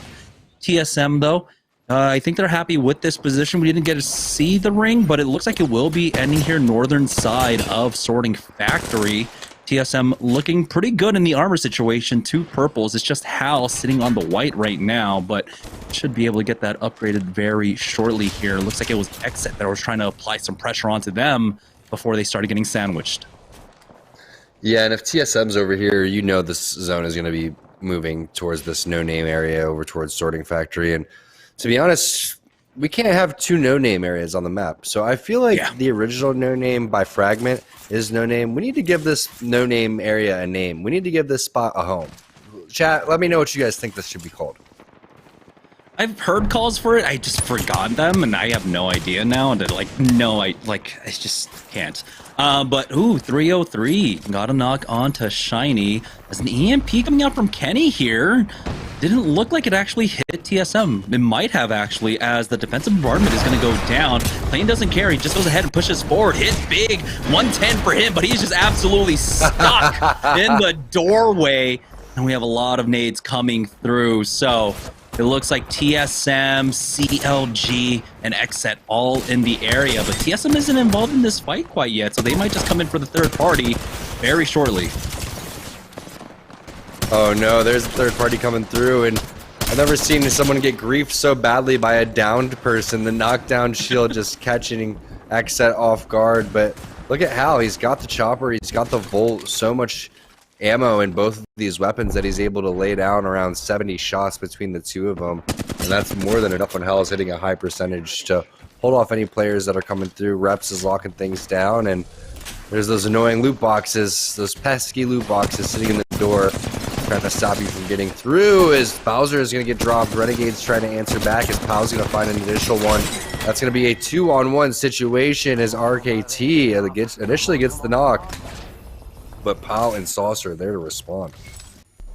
Yeah, I'm wondering what's going on with RKT right now, if they haven't, still have not been able to establish a good drop. You know, they lost that 50-50 up against Team Razor, I believe, at Lava City. Don't know where teams are dropping, if Dome is a claimed location right now. But running into RNG, definitely tough breaks for them. Triple purples for Renegades here, as they are having control over the south side of that Sorting Factory building here. But the ring should slowly pull away, if not going over towards the donut building on the north side of Sorting. But yeah, like you call it, Tom, TSM playing an early position with the early priority rotate coming up from Frag East. It's more than likely going to go their way. Right now, though, G2 doing G2 things, controlling the edge of the map right now is Designful. It's on full hunt mode. He's got the Wingman Volts. This team has already used their bubble here. Designful might want to take an opportunity to try and heal up at the very least, because he's hit a lot of stims, but, you know, knowing G2, they like to turn on the aggression on the squads. Definitely, and this is probably the best building to lock down if this is going to move over towards no-name V2. But you can see Escape's thought process. Doesn't want to hit cells and batteries until that thing gets up towards the blue, and there it is. Eats a ton of damage along the way, but that's Achievement unlocked. Getting that blue armor for escape is going to be huge if they're going to continue to lock down this spot. But I love the 30-30 here with the 2x for sticks. That is going to be so annoying for these teams to deal with. Yeah, it's 44 damage away from getting that purple Evo for himself. You always have to worry that ever-looming threat of TSM push can come out at any moment if they team fire one person down well. But you can see Calphalon is keeping good eye on that at the very least. Teams over by Geyser as well, as it looks like Team Razor are in a fight with Team Pringles right now, and it's taking place over here at Geyser. As I mean, at least he's in good spirits. Fighting into this 3v2 is going to be difficult. If they can somehow sneak that banner, would be huge. They do have a respawn beacon just behind them, but it's still going to be a difficult one at the very least. Griefing the door, tagging with that sentinel, and keeping an eye on that. It's going to be difficult. Again, when you're fighting already a man down, but also basically a gun down with the sentinel in play, when you need to get into close quarters, they have so much basically riding against them now. Decent spam through that door at the very least, but take a look. Razor want to get aggressive, but man, Team Pringles are doing so much damage, backing off now for Mercy to hold the line for his squad. Bubbled down as they continue to back away from this one. Defensive bombardment will be used by Mercy as well. This is a full retreat coming out from Pringles to make it into the vault cave. And the facepalm right there for Fury. He's understanding, man, I think I went in just a little bit too aggressive. And Zeratrick is like, yeah, bro, you did. I love that face. Oh, man. All right. So it will be Razor with full control over the Geyser side here, but it's still difficult to play off of because sometimes you might just be committed to the low ground here, as we have a fight for Era on the western side of Sorting. They're going to have to go for a weird rotate over towards Harvester at this point, and they will be able to use that with the jump pads, chaining it back and forth. Now to getting the high ground here.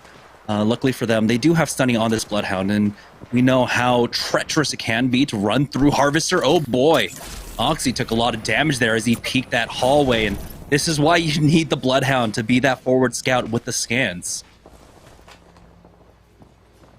There you go, bro. Take some syringes, get back into this one, and yep, like you're talking about, having the Bloodhound being in front is absolutely crucial. But Air Eternity, they did the lobby a favor taking on the #1 team so far, so let's see what they're going to be able to do for themselves. You need to pick up some additional kills. They are currently on the right side of the leaderboard, I believe, so I'd like to see them bounce back. Looks like Cloud9 just got knocked out as well. Albralele going down there at the end. No, never mind. Zach is still alive for the team. Naughty gets thirsted off. And we'll see if Zach can get his squad back into this. There is the mobile respawn beacon there over at No Name V1. But Team Razor have good sights on it. And it might just be free kill point farming for them, really, at this point, as round 2 is closing up in another 30 seconds. Amigos, let's go here. Typical Razor playstyle here again. Never mind. Just going along with the flow of the game and not really forcing things, which you love to see.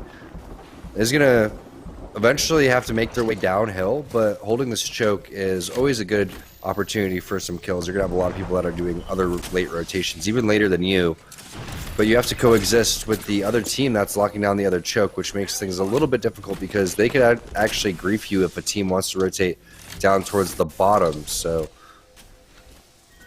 good spot to hold, but not as easy as it looks. They will have a fresh armor swap that will help Team Razor going forward, but there it is, the zone pull. And when you have to slide down this hill, Jamerson, there is a full 3-team firing squad that's going to be looking at you.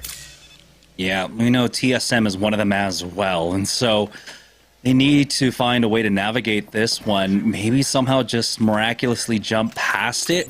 They could circumvent a lot of it, go over towards the Geyser side.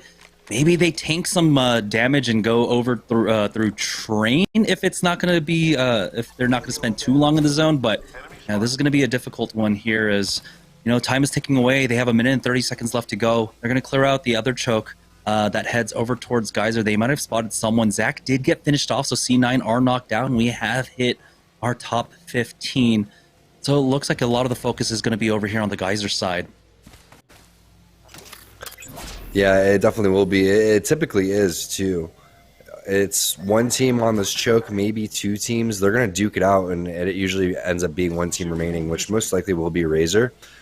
And Razor's even considering, hey, let's not go down this hill because we know from experience how much we're absolutely screwed. And someone that is barely making it out is Skittle Cakes. Does have a med kit, though, and we'll see. I mean, you do have this crazy Valkyrie ultimate that you can end up using if you want to make a rotation. I would almost select for that than footing it. Footing it from this spot is going to be fairly difficult. But how slow has this been? I mean, crazy to think how game number 1 went, where we're at now with game number 5.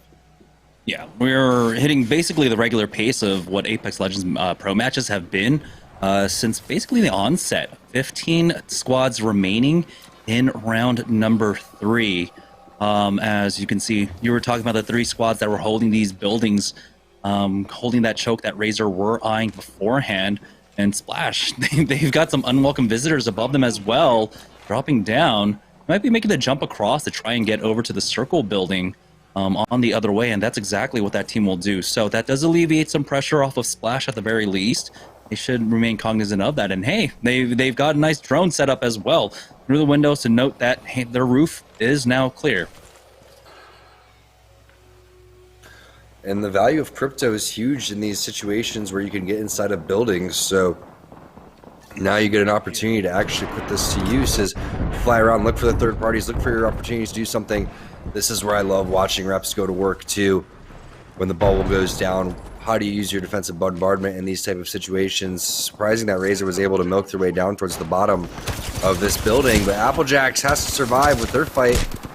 Looks like Era is getting the better of them though, and Kubsky, last player alive, not going to be able to do it. It's going to be Oxy with the finish, Oxy with the res. He's also got 4 kill points to his name right now.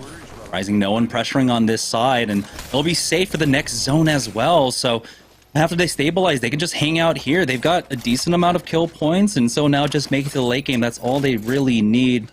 It's all about buying time, and they've got the position for it. Top 14 here in round number 4 with 39 players remaining. I believe Skittle Cakes is still alive. That really only accounts for 2 players missing, so one team currently playing this one out as a duo, as well as, surprisingly enough, I mean, you and I were both surprised that somehow Razor were able to slide down here for free. There is a team to their southeast. They've got the scans, or they should have the scan for it. Thule not throwing that one out quite yet, and we'll hold on to it. I mean, if he doesn't now, he'll have time for another scan before the zone starts closing. But he's going to be a little bit more patient with it. For the time being. Let's go ahead and swap around to see where everyone else is. It looks like this zone will be pulling over towards that circle building. Playing underneath the bridge as well is going to be a nice spot if he can have that. And there you go. We have a good look. We've got Renegades and who is that? That's going to be Rockstar that have control over the main sorting factory building. We've got Pop-Tarts as well down by the toilet bowl. It's going to be Charlotte Phoenix and DePresley and Mercy playing this one out as a duo. That is the duo that we were looking for in the lobby. So what's going to be exciting is on that right-hand side, we have a lot going on in sorting, but I'm looking more of where Phil and the Team Liquid squad is and where G2 is. So you're going to have that under the bridge area like you were talking about. You're also going to have the Knights that are locking down the donut building, and then another team loves to coexist underneath that, which is already currently happening. Another team's going to rotate over towards the jungle gym, which is very common, and that's already taking place. But that action right over the bridge is going to be super, super interesting to see. Ooh, Pop-Tarts. They went for that Valkyrie play on top of the mountains right now. I kind of want to see them drop down to the other side, and that's what they're going to do right on top of Era. Are Era aware of this? They need to turn around and actually clear their back right now. Team Liquid, though, they're getting pushed by Pop-Tarts, and they finished that off really quickly, so never mind. Pop-Tarts actually dropped right on top of them. I thought they might have actually gone to the other side of the mountain, but there you have it. Team Liquid pick up some free kills. That's always nice. You're sitting here inside the tunnel not expecting anything to go that easily, and then all of a sudden 3 free kills drop right in your lap right there. That's the problem with Valkyrie in these situations, is you don't really know where to rotate, and unfortunately they're going to feel that wrath as 303 makes the rotation. They're trying to come out from the jungle gym area. There's the finish right there. onto Finicky, picking up some extra ammo along the way. Still has the 30-30 as well. There's the flush onto Golden. And they're going to have a decent amount of resources here, but you do have 2 teams inside the donut building, so you got to be careful. We also have 2 teams playing, ratting this one out right now. I imagine it's still Team Intel, but there we go. Cheez-It gets finished off, so 1 rat has been exterminated. It's going to be Imperial Howl to pick that one up onto Mollis. 303, not safe in the next zone. And in the next 40 seconds, they have to find a way on in. They will have the Beast of the Hunt as we have a res going through, so it might be a free kill for Calf, but no, it's not going to be able to connect on the shots. Skittle Cakes does ultimately go down, and it's Imperial Howl. He is the Terminator, taking out all the rats. He's a Tomcat. You know, if things don't work out in this Apex thing, I'm sure Tomcat is hiring for someone like Hal, just in case they want to pick up the Exterminator. But TSM FTX Tomcat, right? TSM FTX Tomcat Imperial Hal. Let's see if you can fit that name in there. Oh man, yeah, but you know, this is something that we've seen TSM do fairly often, where they get in these low ground situations, but it's because they have Octane and they have Hal. If they see the opportunity to send it over towards the high ground, they're going to. But in the meantime, they're just waiting for opportunities, just like that, for someone to make a major mistake, drop down from the top, and get one clipped by the Spitfire. Bubble's going to be used as well. Team Liquid's still in the vicinity. They're locking down the bottom of the toilet bowl here in the donut. And there's another team full sending over towards the second layer. So we're going to have a 4-team stack here on the donut. Yeah, good damage off to try and force them down to the low, so TSM do have to keep an eye above them. That's the squad that was playing off the fences here, but they do survive for now as Era do get finished off by G2. And it looks like we're now down to top 7 squads, full squads at that. The Knights now trying to make a push for the rooftop of the donut building, but they have to back away. The bubble is going to go down soon, but Asura didn't get the message. He's got 2 knocks onto Rockstar, taking them out. We have now hit our top 5 as TSM take out 303, but now they're in a little bit of trouble. Imperial House still needs to heal up, and Reps does not have his bubble. He'll get pushed by G2. Designful take him out, along with Onmu taking out Imperial Howl, and TSM have been knocked out. Team Liquid have control over this plateau here, but they have another squad above them, and so they have to be careful of that as well. It's going to be a full 3v3v3 for the final circle. Man, these endings are so fun. Anything towards the sorting side is always just a blast to watch because there's so many little nooks and crannies, crevices that players could end up playing.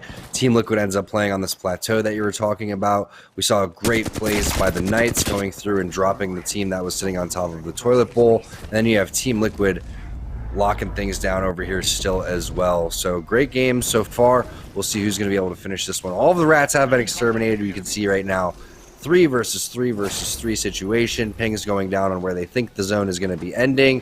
And it's going to be tough for G2. I mean, the only thing that G2 has going for them right now is the fact that these 2 teams could end up fighting, but I feel like they're both so disciplined, they're not going to allow for G2 to get that free third party.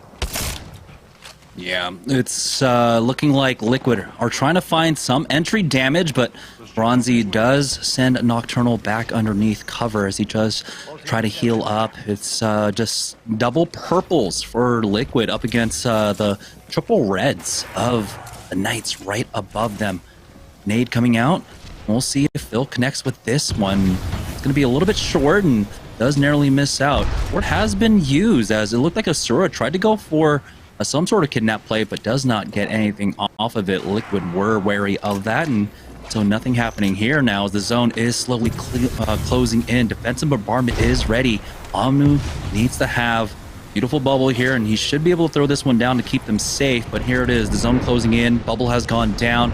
They're not going to have that defensive tool in just a moment as Team Liquid are still looking for this opening damage, and this looks so good for G2, who are, I believe, currently sitting in second place and will have another top finish. Jump pad play coming out from the Knights, but never mind, they're not going to go ahead and take that. They got the knock onto Nocturnal. They got a second one onto Flanker, but Phil does answer back, find the second as well. And now, somehow, Onmu survives, but he has to fall down into the full 3-man of G2 right below. Might just go down to the ring instead. It will be G2 taking a game number 5. crazy situation there is the zone didn't pull over towards that respawn beacon. It goes down towards the bottom. G2's fully aware of that. They locked things down. They weren't interested in pushing up over towards the top, and they are going to do some big things taking game number 5 right there. Very well played. And another different winner, if I'm not mistaken, Jamerson. Yeah, it's been an amazing day of games so far, as having so many different winners. But again, G2 with a top finish and being in the top 3 and such, I believe, before we head into this game, keeps themselves in contention, especially heading into the final game of the day. We're going to go ahead and take a short break. When we get back, we'll have game number 6, the last game of Pro Night, right after this.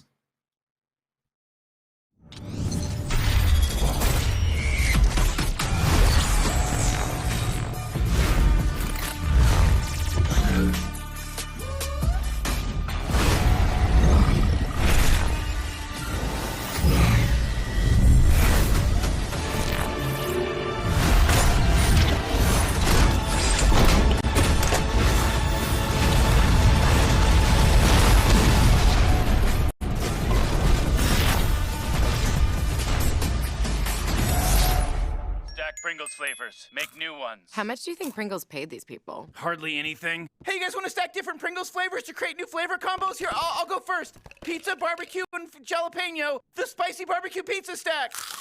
Get him! Grandpa, what's going on? Pringles. We're trapped in a Pringles commercial. They must have taken us in our sleep. How can we get out? We can't, Summer. They warned me this would happen and I didn't listen. Stack Pringles, make endless new flavors. Stacking Pringles to make new flavors. Make endless new flavors. Barbecue, wavy, and sour cream and onion equals a 3-layer dip stack. Kellogg's, Fruit Loops, Apple Jacks, Corn Pops, Tiger Paws. They're Jumbo. Jumbo snacks, snack time heroes. Go take them on the go. Eat your cereal, magnified, showing up for snacking time.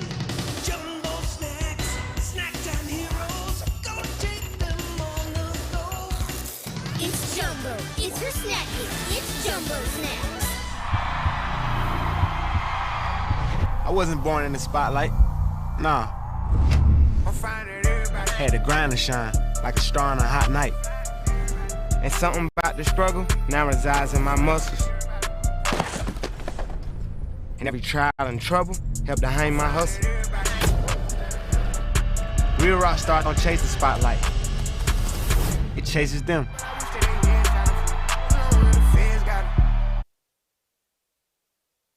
All right, everybody, game 5, all done there. Only one more to go. Yeso back here in Studio Red of Esports Arena HQ, and our first day has been quite a roller coaster ride, and the run continues. We have still yet to see a repeat winner on the day, as G2 able to take the win there in game number 5. And now Intel was doing some work getting themselves up to the top of the standings, and we saw Skittlecakes there trying to rat it out as best he could.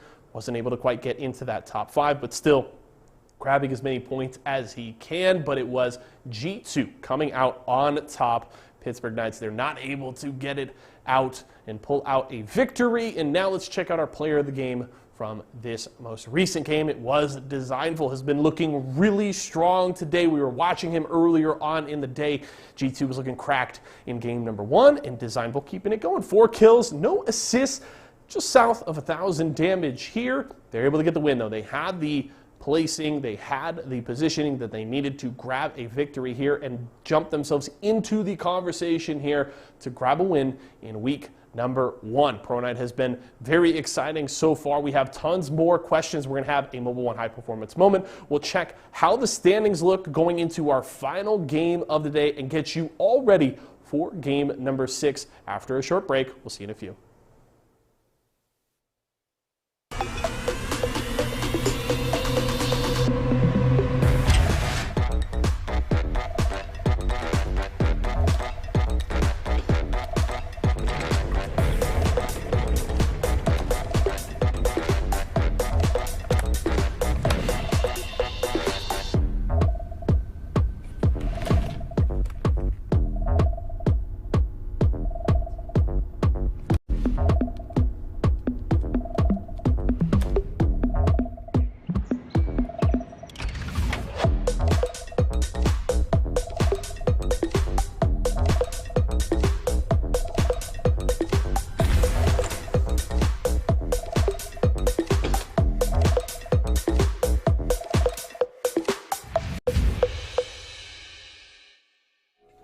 Cheese it, snapped. How's it taste? It's so thin, crispy, and cheesy. And I just want to keep eating it. And eating it. They love them. Snapped. So good we may run out of cheese. It's fruit, refreshingly sweet, but without sugar, 0 calorie treat. They're all our top fresh flavored splash. It's fruit freshen.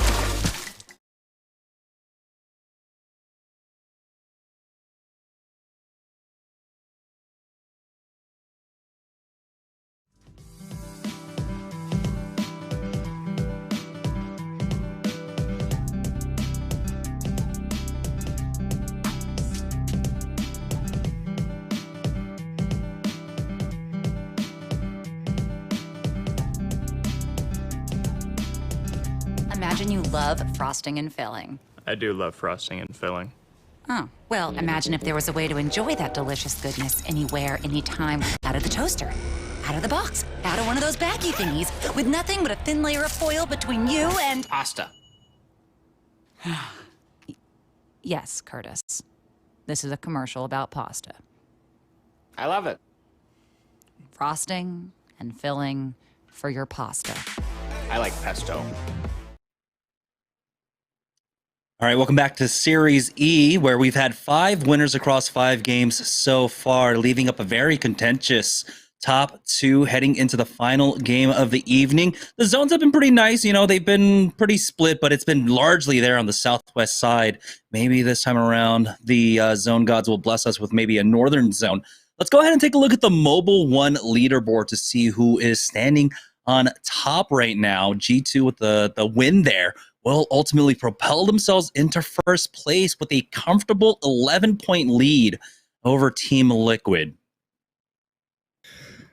Oops, excuse me, just hit my mic. But you have really great company here for Team Intel. I mean, look at that. You have TSM, Liquid, G2, all tournament winners in the ALGS. You have the Knights sitting there, who's a team that's been consistent as well. Team Razor, who's our Season 1 winners and one of our most dominant partnered teams here as well. So, you know, Team Intel is looking really good. They're looking really strong, and I'm looking forward to seeing how they're going to continue to play against these top teams. I mean, yesterday was one thing in the arenas, but today the confidence carrying over, also the different, you know, facets of their game in terms of playing zone, taking fights, 50-50s, but also being able to recover from the 50-50 Jamerson and being able to respawn your teammates is something that's very difficult to do and not easy to execute, and picking up kills along the way and getting to the end game after a broken game like that is a great sign. Yeah, let's take a look at the Mobile 1 high performance moments of game number 5. And it was a very scary situation here for XSET, and particularly, as you noted, that person on the door, he just came in. Even though you're down, you are not out, as you can see, blocks him into the doorway, gets hit by all the nades and the shots and the defensive bombardment. And then, of course, we're just waiting for the ultimate third party from TSM here. Yeah, I believe that was Shiny just sitting there like biting at Kenny's ankles while he was down on the ground saying, come here, let me get you. And eventually did get him. I mean, that was such a great play. That was the most important downed play I've ever seen from anybody in terms of being able to stop anyone from getting through a door. So great job we got there. the Mastiff in the game, but you know, we've also got the Chihuahua, the ankle biter there out from Shiny. There's beautiful play. But again, at this point, G2 are not safely within first place. Like you said, Team Intel are with good company. 3 teams in the running to try and take away the first place spot. So G2 need a solid final game if they want to get the first win here in Series E during the Pro Nights. So there's still a lot to deal with. It's going to come down to the zones, but G2 have been doing a great job of just playing around multiple different kinds of zones so far, and I love how they've been approaching a lot of this. We're seeing good understanding of where to play for center zone, as well as being able to play the edge like they normally do. So let's go ahead and head into the final game of the evening here for Series E Pro Night. I guess this is week 1, but yeah, let's join in with G2 on their drop over at Thermal Station. It's a complicated situation, touchy subject, Jamerson. Is it week 1? Is it week 2? We're not quite sure, but one thing's for sure. These gamers are stoked. These pros are stoked that they get to practice again after the servers have been a dumpster fire over the last 2 weeks. So we're back, and you think they want to win Series E? They definitely do. There's some cash up for grabs. Importantly, also, there are bragging rights on the table here in G2. They got contested early. Will they get contested again? Arrow was dropping in the back of Thermal like absolute psychos, and if it wasn't for them dying early in game number 2, G2 may have a bigger lead. And right now with 11 points, it's a nice lead. It's a comfortable lead, but they still need a very solid finish here in the final game. Cheez It once again in this fight down at launch site. Golden is going to try to find an opening here as he pushes up. He's got a Volt Spitfire. That's a lot of damage that can come out very quickly for him. The scan doesn't actually catch anything. This squad is just backing away from them for now. Trying to regroup as a 3, hoping for a mistake on the other side. The Valkyrie getting caught mid. Passive there, but only hitting for that white armor. Mollusk gets cracked, but they do have the heals. You saw some cells being picked up by Finicky, so they'll be able to hand that off if they need to. And it looks like Cheez It don't want to full commit onto this one. Not quite yet. Nothing's more annoying than when you get a 50-50 and you start to push the team, they start running away and mirroring your every move.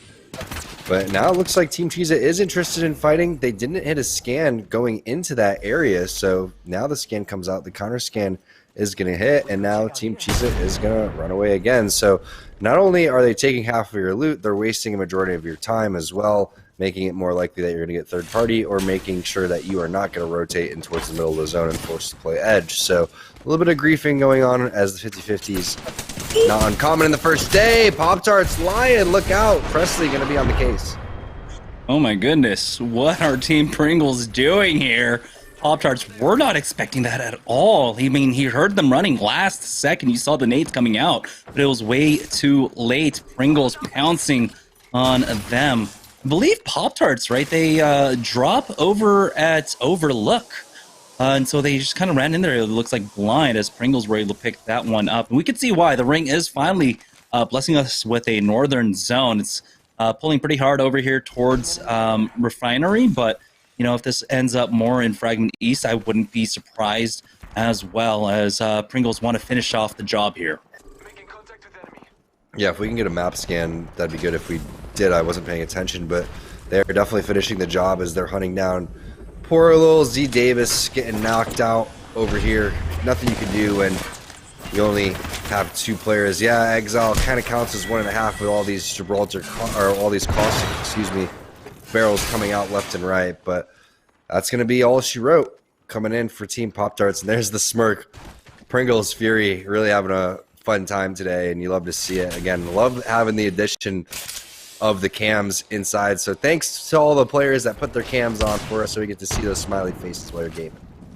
Rockstar in their fight once again over here by Countdown now. And, you know, they're lucky that Liquid, of course, taking their time over at Trials, don't push them as soon as they can. But that's that ever-looming threat. Having a team coming out from Trials for the third party with double purples and a gold, if not double golds and a purple themselves. And so they have to be wary of that for now. And Team Liquid would love to find these kill points. They are in the top 4 right now. So Rockstar backing away, but this means they are backing away into Skyhook right now. They're going to give Trials a wide berth here, but they do get scanned up as they come through. This might be CLG. Might actually be in here. Don't know quite yet. We will find out in just a moment. Yeah, it's going to be interesting to see how they approach this fight, but it's a lot of aggression. It's a lot of aggression happening fast. There goes the fly-in coming in from Flanker. Was it a stick? It was. 63, though, hitting big. Peacekeeper in the backhand for Kimchi as well. I love that little finger roll grenade frag over towards the side. The armor swap as well. That grenade is going to hit, but I believe a third party is coming through. So they're going to bail on this one. Another nice, really nice grenade. The prediction grenade. It's burning. It's burning. It hurts. I mean, we all got our vaccines, right? It's time for barbecues once again, but right now it's just Kimchi Lee showing up to the party all by himself. As yeah, the third party's just way too strong. Don't know if he's going to be able to recover anything here. He's going to back away off of this one. There's plenty of time for him to try and recover the banners, but here's Team Pringles in another fight. Not able to clear the drone. It looks so close, those shots, but good Team Fire as they turn around onto exit. They get the actual assist out from TSM, who have moved their way in over here to Refinery. And there we go. We have a good idea where this zone is going. You can see the hard pull on the second zone over towards Refinery, which is why TSM are setting up here early. Yeah, TSM always so strong at predicting the zones. Not only predicting the zones, putting themselves in a really solid position to get those dubs. Classic TSM maneuver here. This is one of their best buildings to lock down. Back in the Watson meta, they would make things work over towards this area so much. I mean, we would see teams in this building. We would see teams inside the blue trailer, inside the yellow trailer, in the other building as well. I mean, it gets absolutely hectic over here. All trailers end up taken, but not in this case because now grenades are going to be coming in left, right, and center is trying to take down Team Pringles, who did take down Team Pop-Tarts a little bit early, but it's just going to be some posturing of some shots left and right. Nothing really going to be finished off. Yeah, it does look like Team Rockstar did get finished off over there by Skyhook, though. Now Team Pringles will just be able to hold the back rocks, but they are getting pressured by the south. Team rotating through Overlook now, and so some more things to worry about at the very least. Fury getting tagged up, and his shield's almost getting cracked. Only hitting for cells. I'm wondering if they just were not able to pick up extra bats. That didn't seem like there was crafting for them, so they might be a little bit low on economy here, as Fury will rejoin his squad. It's Team Razor playing on the south side of the zone. They've got a squad pushing up now through this choke. You have the Valkyrie missiles coming through, no connects for them. As now Zara Tricky is trying to cut off one angle with those nades, but he's got to be careful. And Arkstar right above him, creeping up with that as well. Aggressive bubble as he goes ahead and full sends it, gets the one clip onto Clinical, and now Rice Krispies in a world of hurt. It's the 3v2 for Team Razor to finish this off. Easy team fight for Team Razor, as now Team Pringles actually made the push onto the squad that was over here. And it looks like it was 3-0-3 with the Thirst going down onto Keflon. Jump peek out from Fury here, and oh my god, we're talking about one clips. That was almost beautiful, but he's now in the 1v2, has to back up, but he's done the damage. But here's TSM for the third party, and Mercy just has to get out of there. And Hal actually picks up two there, one on each team. Amazing third party there from Hal, with one clip of his Spitfire picking up 2 kills. Great value there coming in as Snipe Down actually picks off the final finish there onto Fury as well. So amazing job from TSM. We know they're trying to catch up with G2. But amazing also plays from Razor and Zara Tricky. I mean, the one clip was amazing, excuse me. But the timing of the bubble and the aggression, it made it look like they were using wall hacks as well. I mean, it could have been a scan from Baby Tuli. I don't think so. I think that was just great instincts from Zara Tricky. Now they do have to worry about the team that pushed up through the Geyser choke, and maybe they just let them run past and they'll just have a free rotate through. They do have a team ballooning actually right behind them, and so this might be another opportunity for Razor to try a full send it on another squad. The squad kind of came in a little bit staggered there, but it looks like with that worry of the team on the other choke, they're not going to commit onto this quite yet. They have 1 minute and 27 seconds to work with, so plenty of time to make this decision, as it looks like they are, of course, going to keep their eye on the other choke right now. G2, remember, our lobby leaders currently picking up 2 knocks so far, and they will be able to take out Team Applejacks. So that's going to be another +3 for them, securing as well top 15. So 4 points at the very least. So keeping themselves the very comfortable lead now, 15 points overall, I believe, over our top 3, or our other top 4 squads. Yeah, and they see that TSM is picking up some kills, so they're trying to keep pace, and you love to see that. I mean, G2 could have easily turtled. They could have tried to play end zone. They could have been doing anything, but instead they're playing the edge. They're not changing their style. This has got them that many points, so why switch it up? The only bad game they really had was that game where they died in the landing spot over towards early thermal station and going out in 19th place. So we've seen some phenomenal work coming in from G2. Really only 1 or 2 mistakes in terms of their skirmishes. The one that they had a little bit later in the game when Designful switched up and went over towards TSM, but Razor's going to full send into this bubble. You can see Nox going in onto Knights. That's going to be Asura answering right back, though. And now Tuli and Hakula trying to do whatever they can. You see they've already taken a handful of shield damage, almost taking flesh damage as well. Defensive environment has been used. Batteries being popped over towards the side as well. Are they going to bail on Zeratricky? It looks like Zeratricky's going to make the call, say it's okay, relocate. I'll try to take the bounce pad as well, but that's not going to be the case. There goes the finish. The third party is just too strong. Yeah, those Renegades chasing them down. There's still an opportunity to try and recover this banner. I believe the respawn beacon over by No Name might still be in. If they can get that, and you can see there's one more respawn beacon to the northeast if they don't have a mobile one for themselves. See, they're keeping a good eye on it right now. Team Intel, oh boy, I was going to say they find themselves in a good spot here, but it's in the crosshairs of TSM, never mind. Reps was the only one that went down, but he was able to get that bubble down before he did. Fast res out from TSM to get him back on his feet with the armor swaps as well. Just immaculate play coming out from TSM right now. I mean, that's what you love to see. No questions asked, just immediate armor swap placed on the ground from Hal. Just so jealous of these mouse and keyboard players. They need to nerf that, man. How can you just like loot so fast? Here's Cloud9. They stopped going for those fights up against TSM, and here they are in the mid game with 11 squads remaining. So the action has picked up a little bit more here in game number 6, our final game, just like we had in game number 1. But it's going to be a fight over the main building over at Refinery, and they have a team on the other side of the roof that they have their eyes on. They could try to full send it with this jump pad. But they know the caliber of teams that are still alive in this lobby that are really close by, and so maybe they don't want to force the issue. Definitely don't want to force it, especially when you have such a great positioning here. And we haven't seen C9 really, late game fairly often. It's been an interesting day for them overall. Still a little bit new as a squad, getting in some practice here on Series E, and looking forward to seeing how they continue to do. But Team Cheeza is in a tough spot on top of this hill. I mean, there's going to be a lot of real estate in front of them that they're going to have to work towards. And you can see the team that is gatekeeping them is going to be Renegades. Kraber in the hands as well. And it looks like it's going to be C9 that are getting pushed here. As Naughty gets some decent damage off. Bubbles has been used. It's going to be Zach to go down first. Shiny pick that one up. CLG now want to take the man advantage. Good connect with that EVA 8. They take out Albralele. It's all up to Naughty, left in a 1v3. But CLG, they're not going to chase after this one. They're going to go for the full stabilize before they try to go for the death blow up against them. This might give them an opportunity from the C9 side to maybe get a res up. You also have to worry about the threat from the other roof side.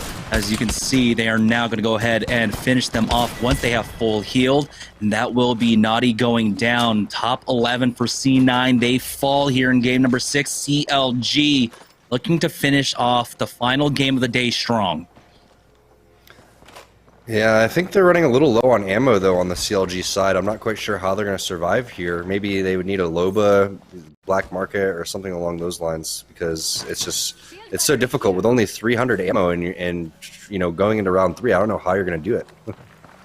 If they have the black market boutique ready, I believe a lot of those bodies at the buildings to the south might be just within range of them. I believe they were playing on the south side of that building, so it'll be close. It's a pretty large range on that black market boutique.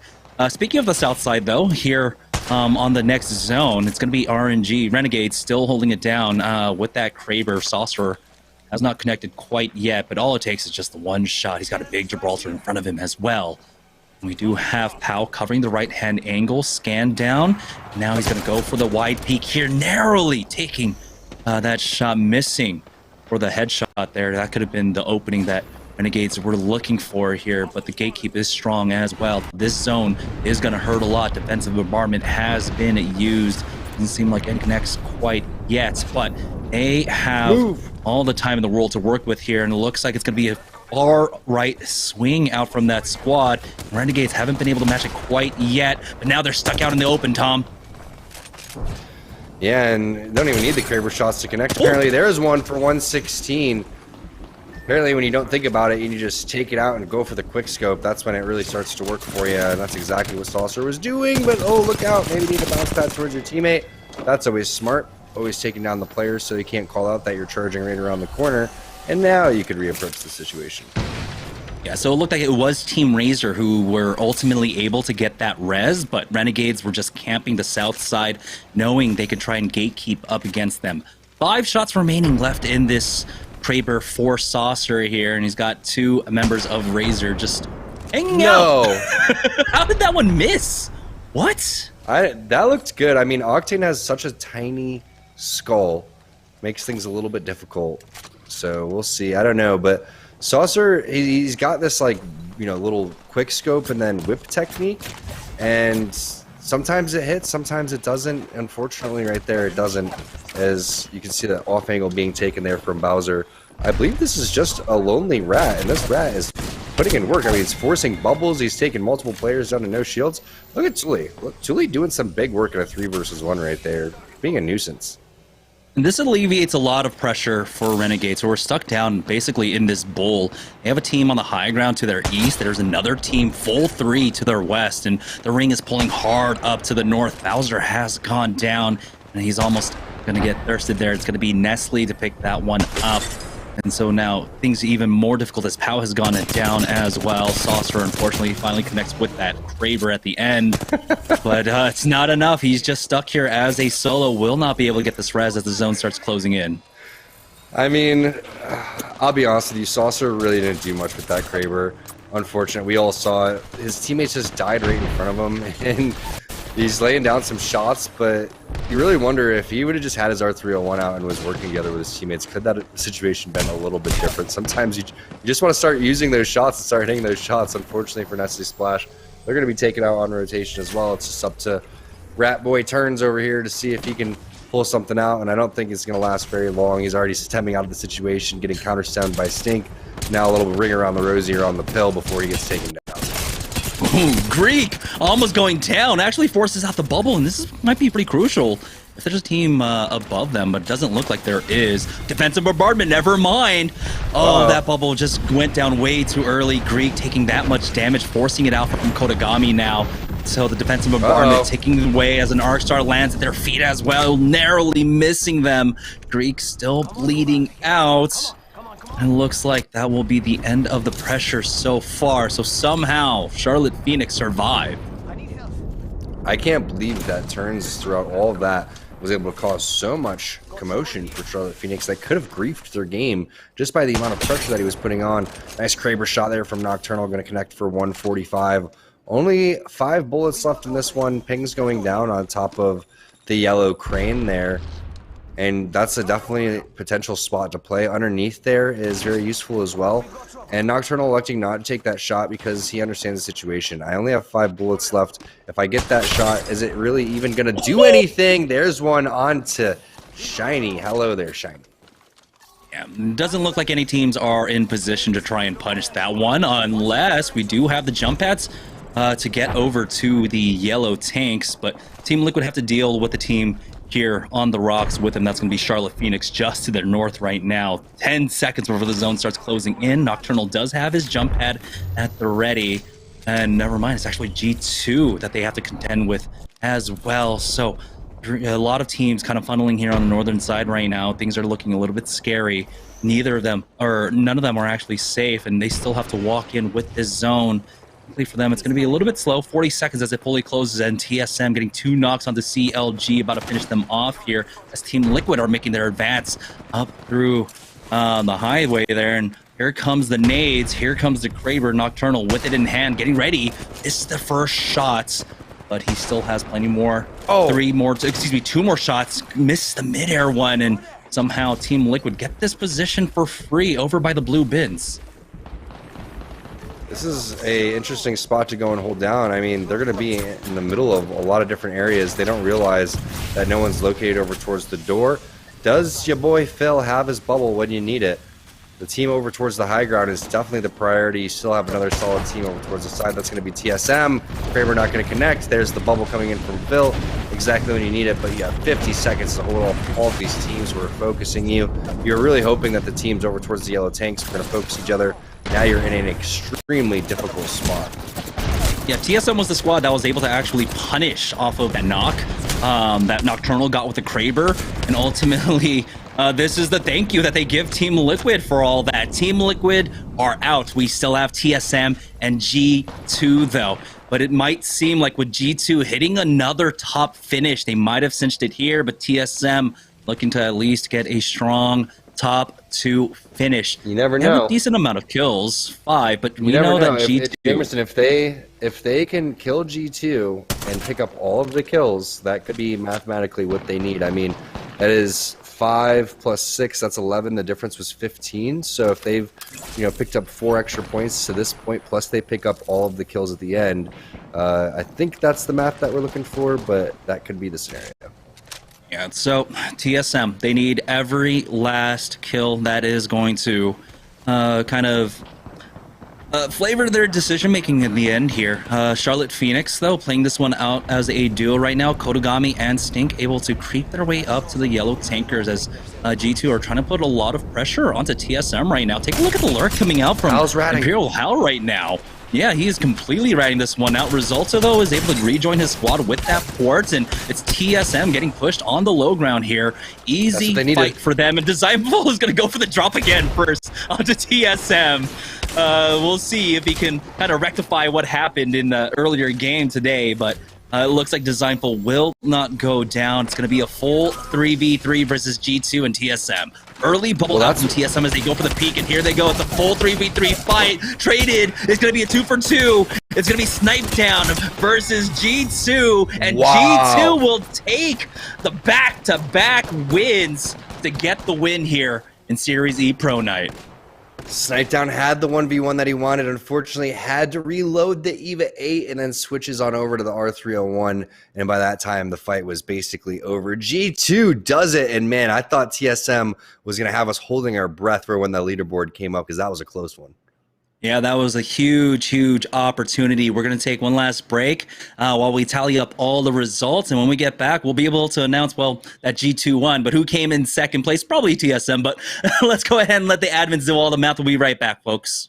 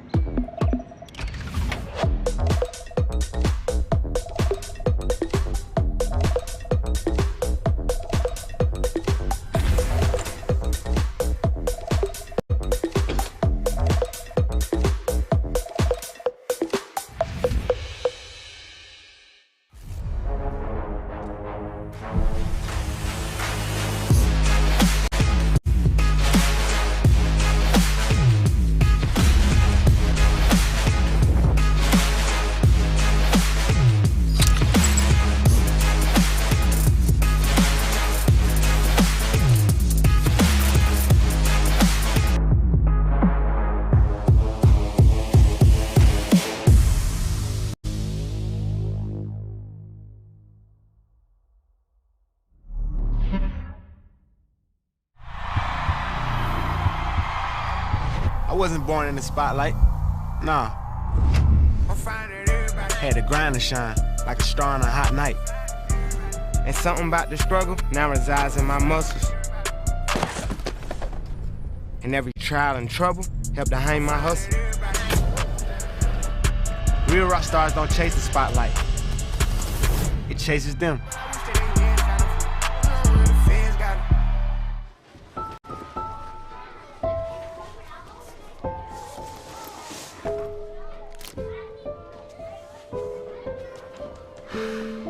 Hey, shake it, kiddo. Love Dad. Oh.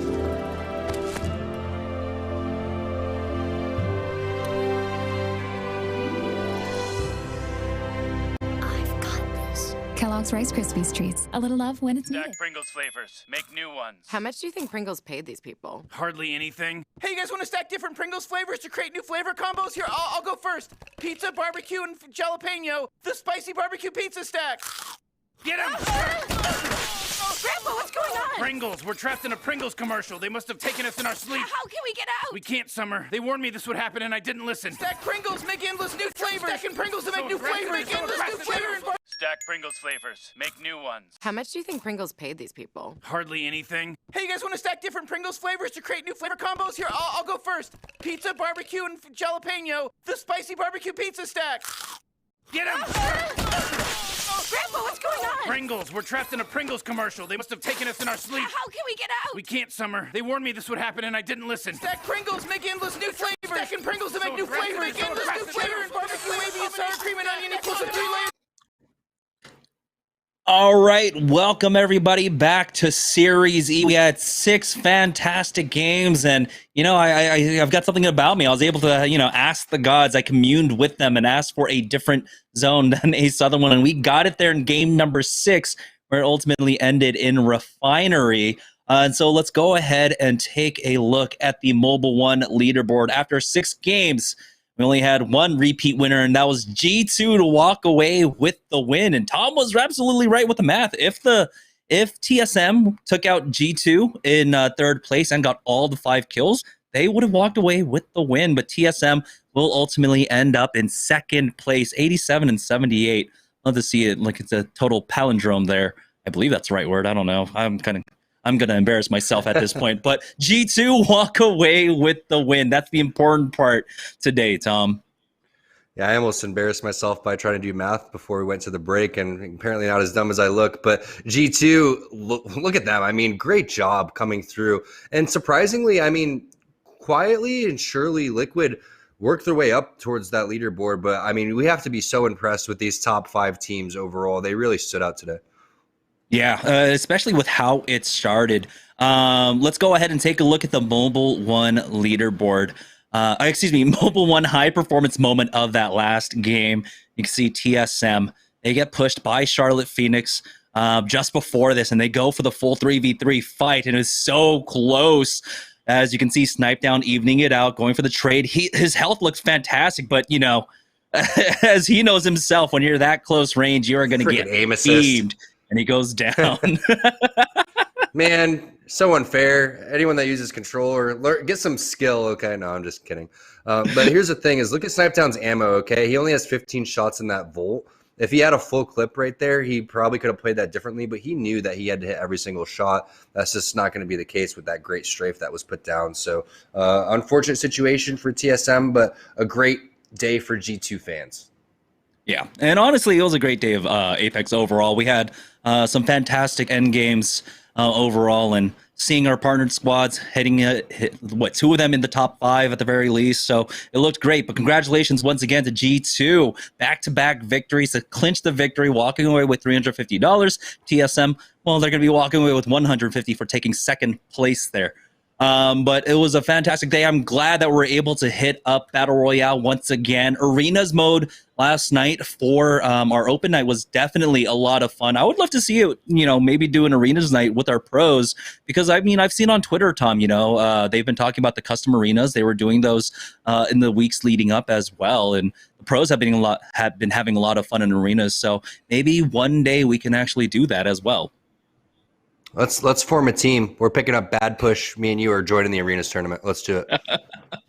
Oh man, no, I don't want to embarrass myself more than I have tonight with my weird ass knowledge about what I know about Paul Mitchell and stuff like that. But it was definitely a great week returning to Battle Royale, and of course having a proper full day of Series E. We have a lot more in store. Of course, the full Season 3. We have a lot more to go, like 10 more weeks in terms of competition. We're already seeing great things out of our teams. That's going to do it for us, though. We do have our post-game show. So we're going to go ahead and send it back to the studio. But we will be back next week. It's going to be Tuesday, of course, when we have our open registration night, and on Wednesday night where we have our pro night. So keep your calendars marked for that. That's going to do it for us. Thank you all so much for tuning in. Thank you to all of our partnered squads, all of our pro teams, and all of our partners that make this all possible, and everyone over at Esports Arena that put on this amazing show. That's going to do it for us. Have a great weekend.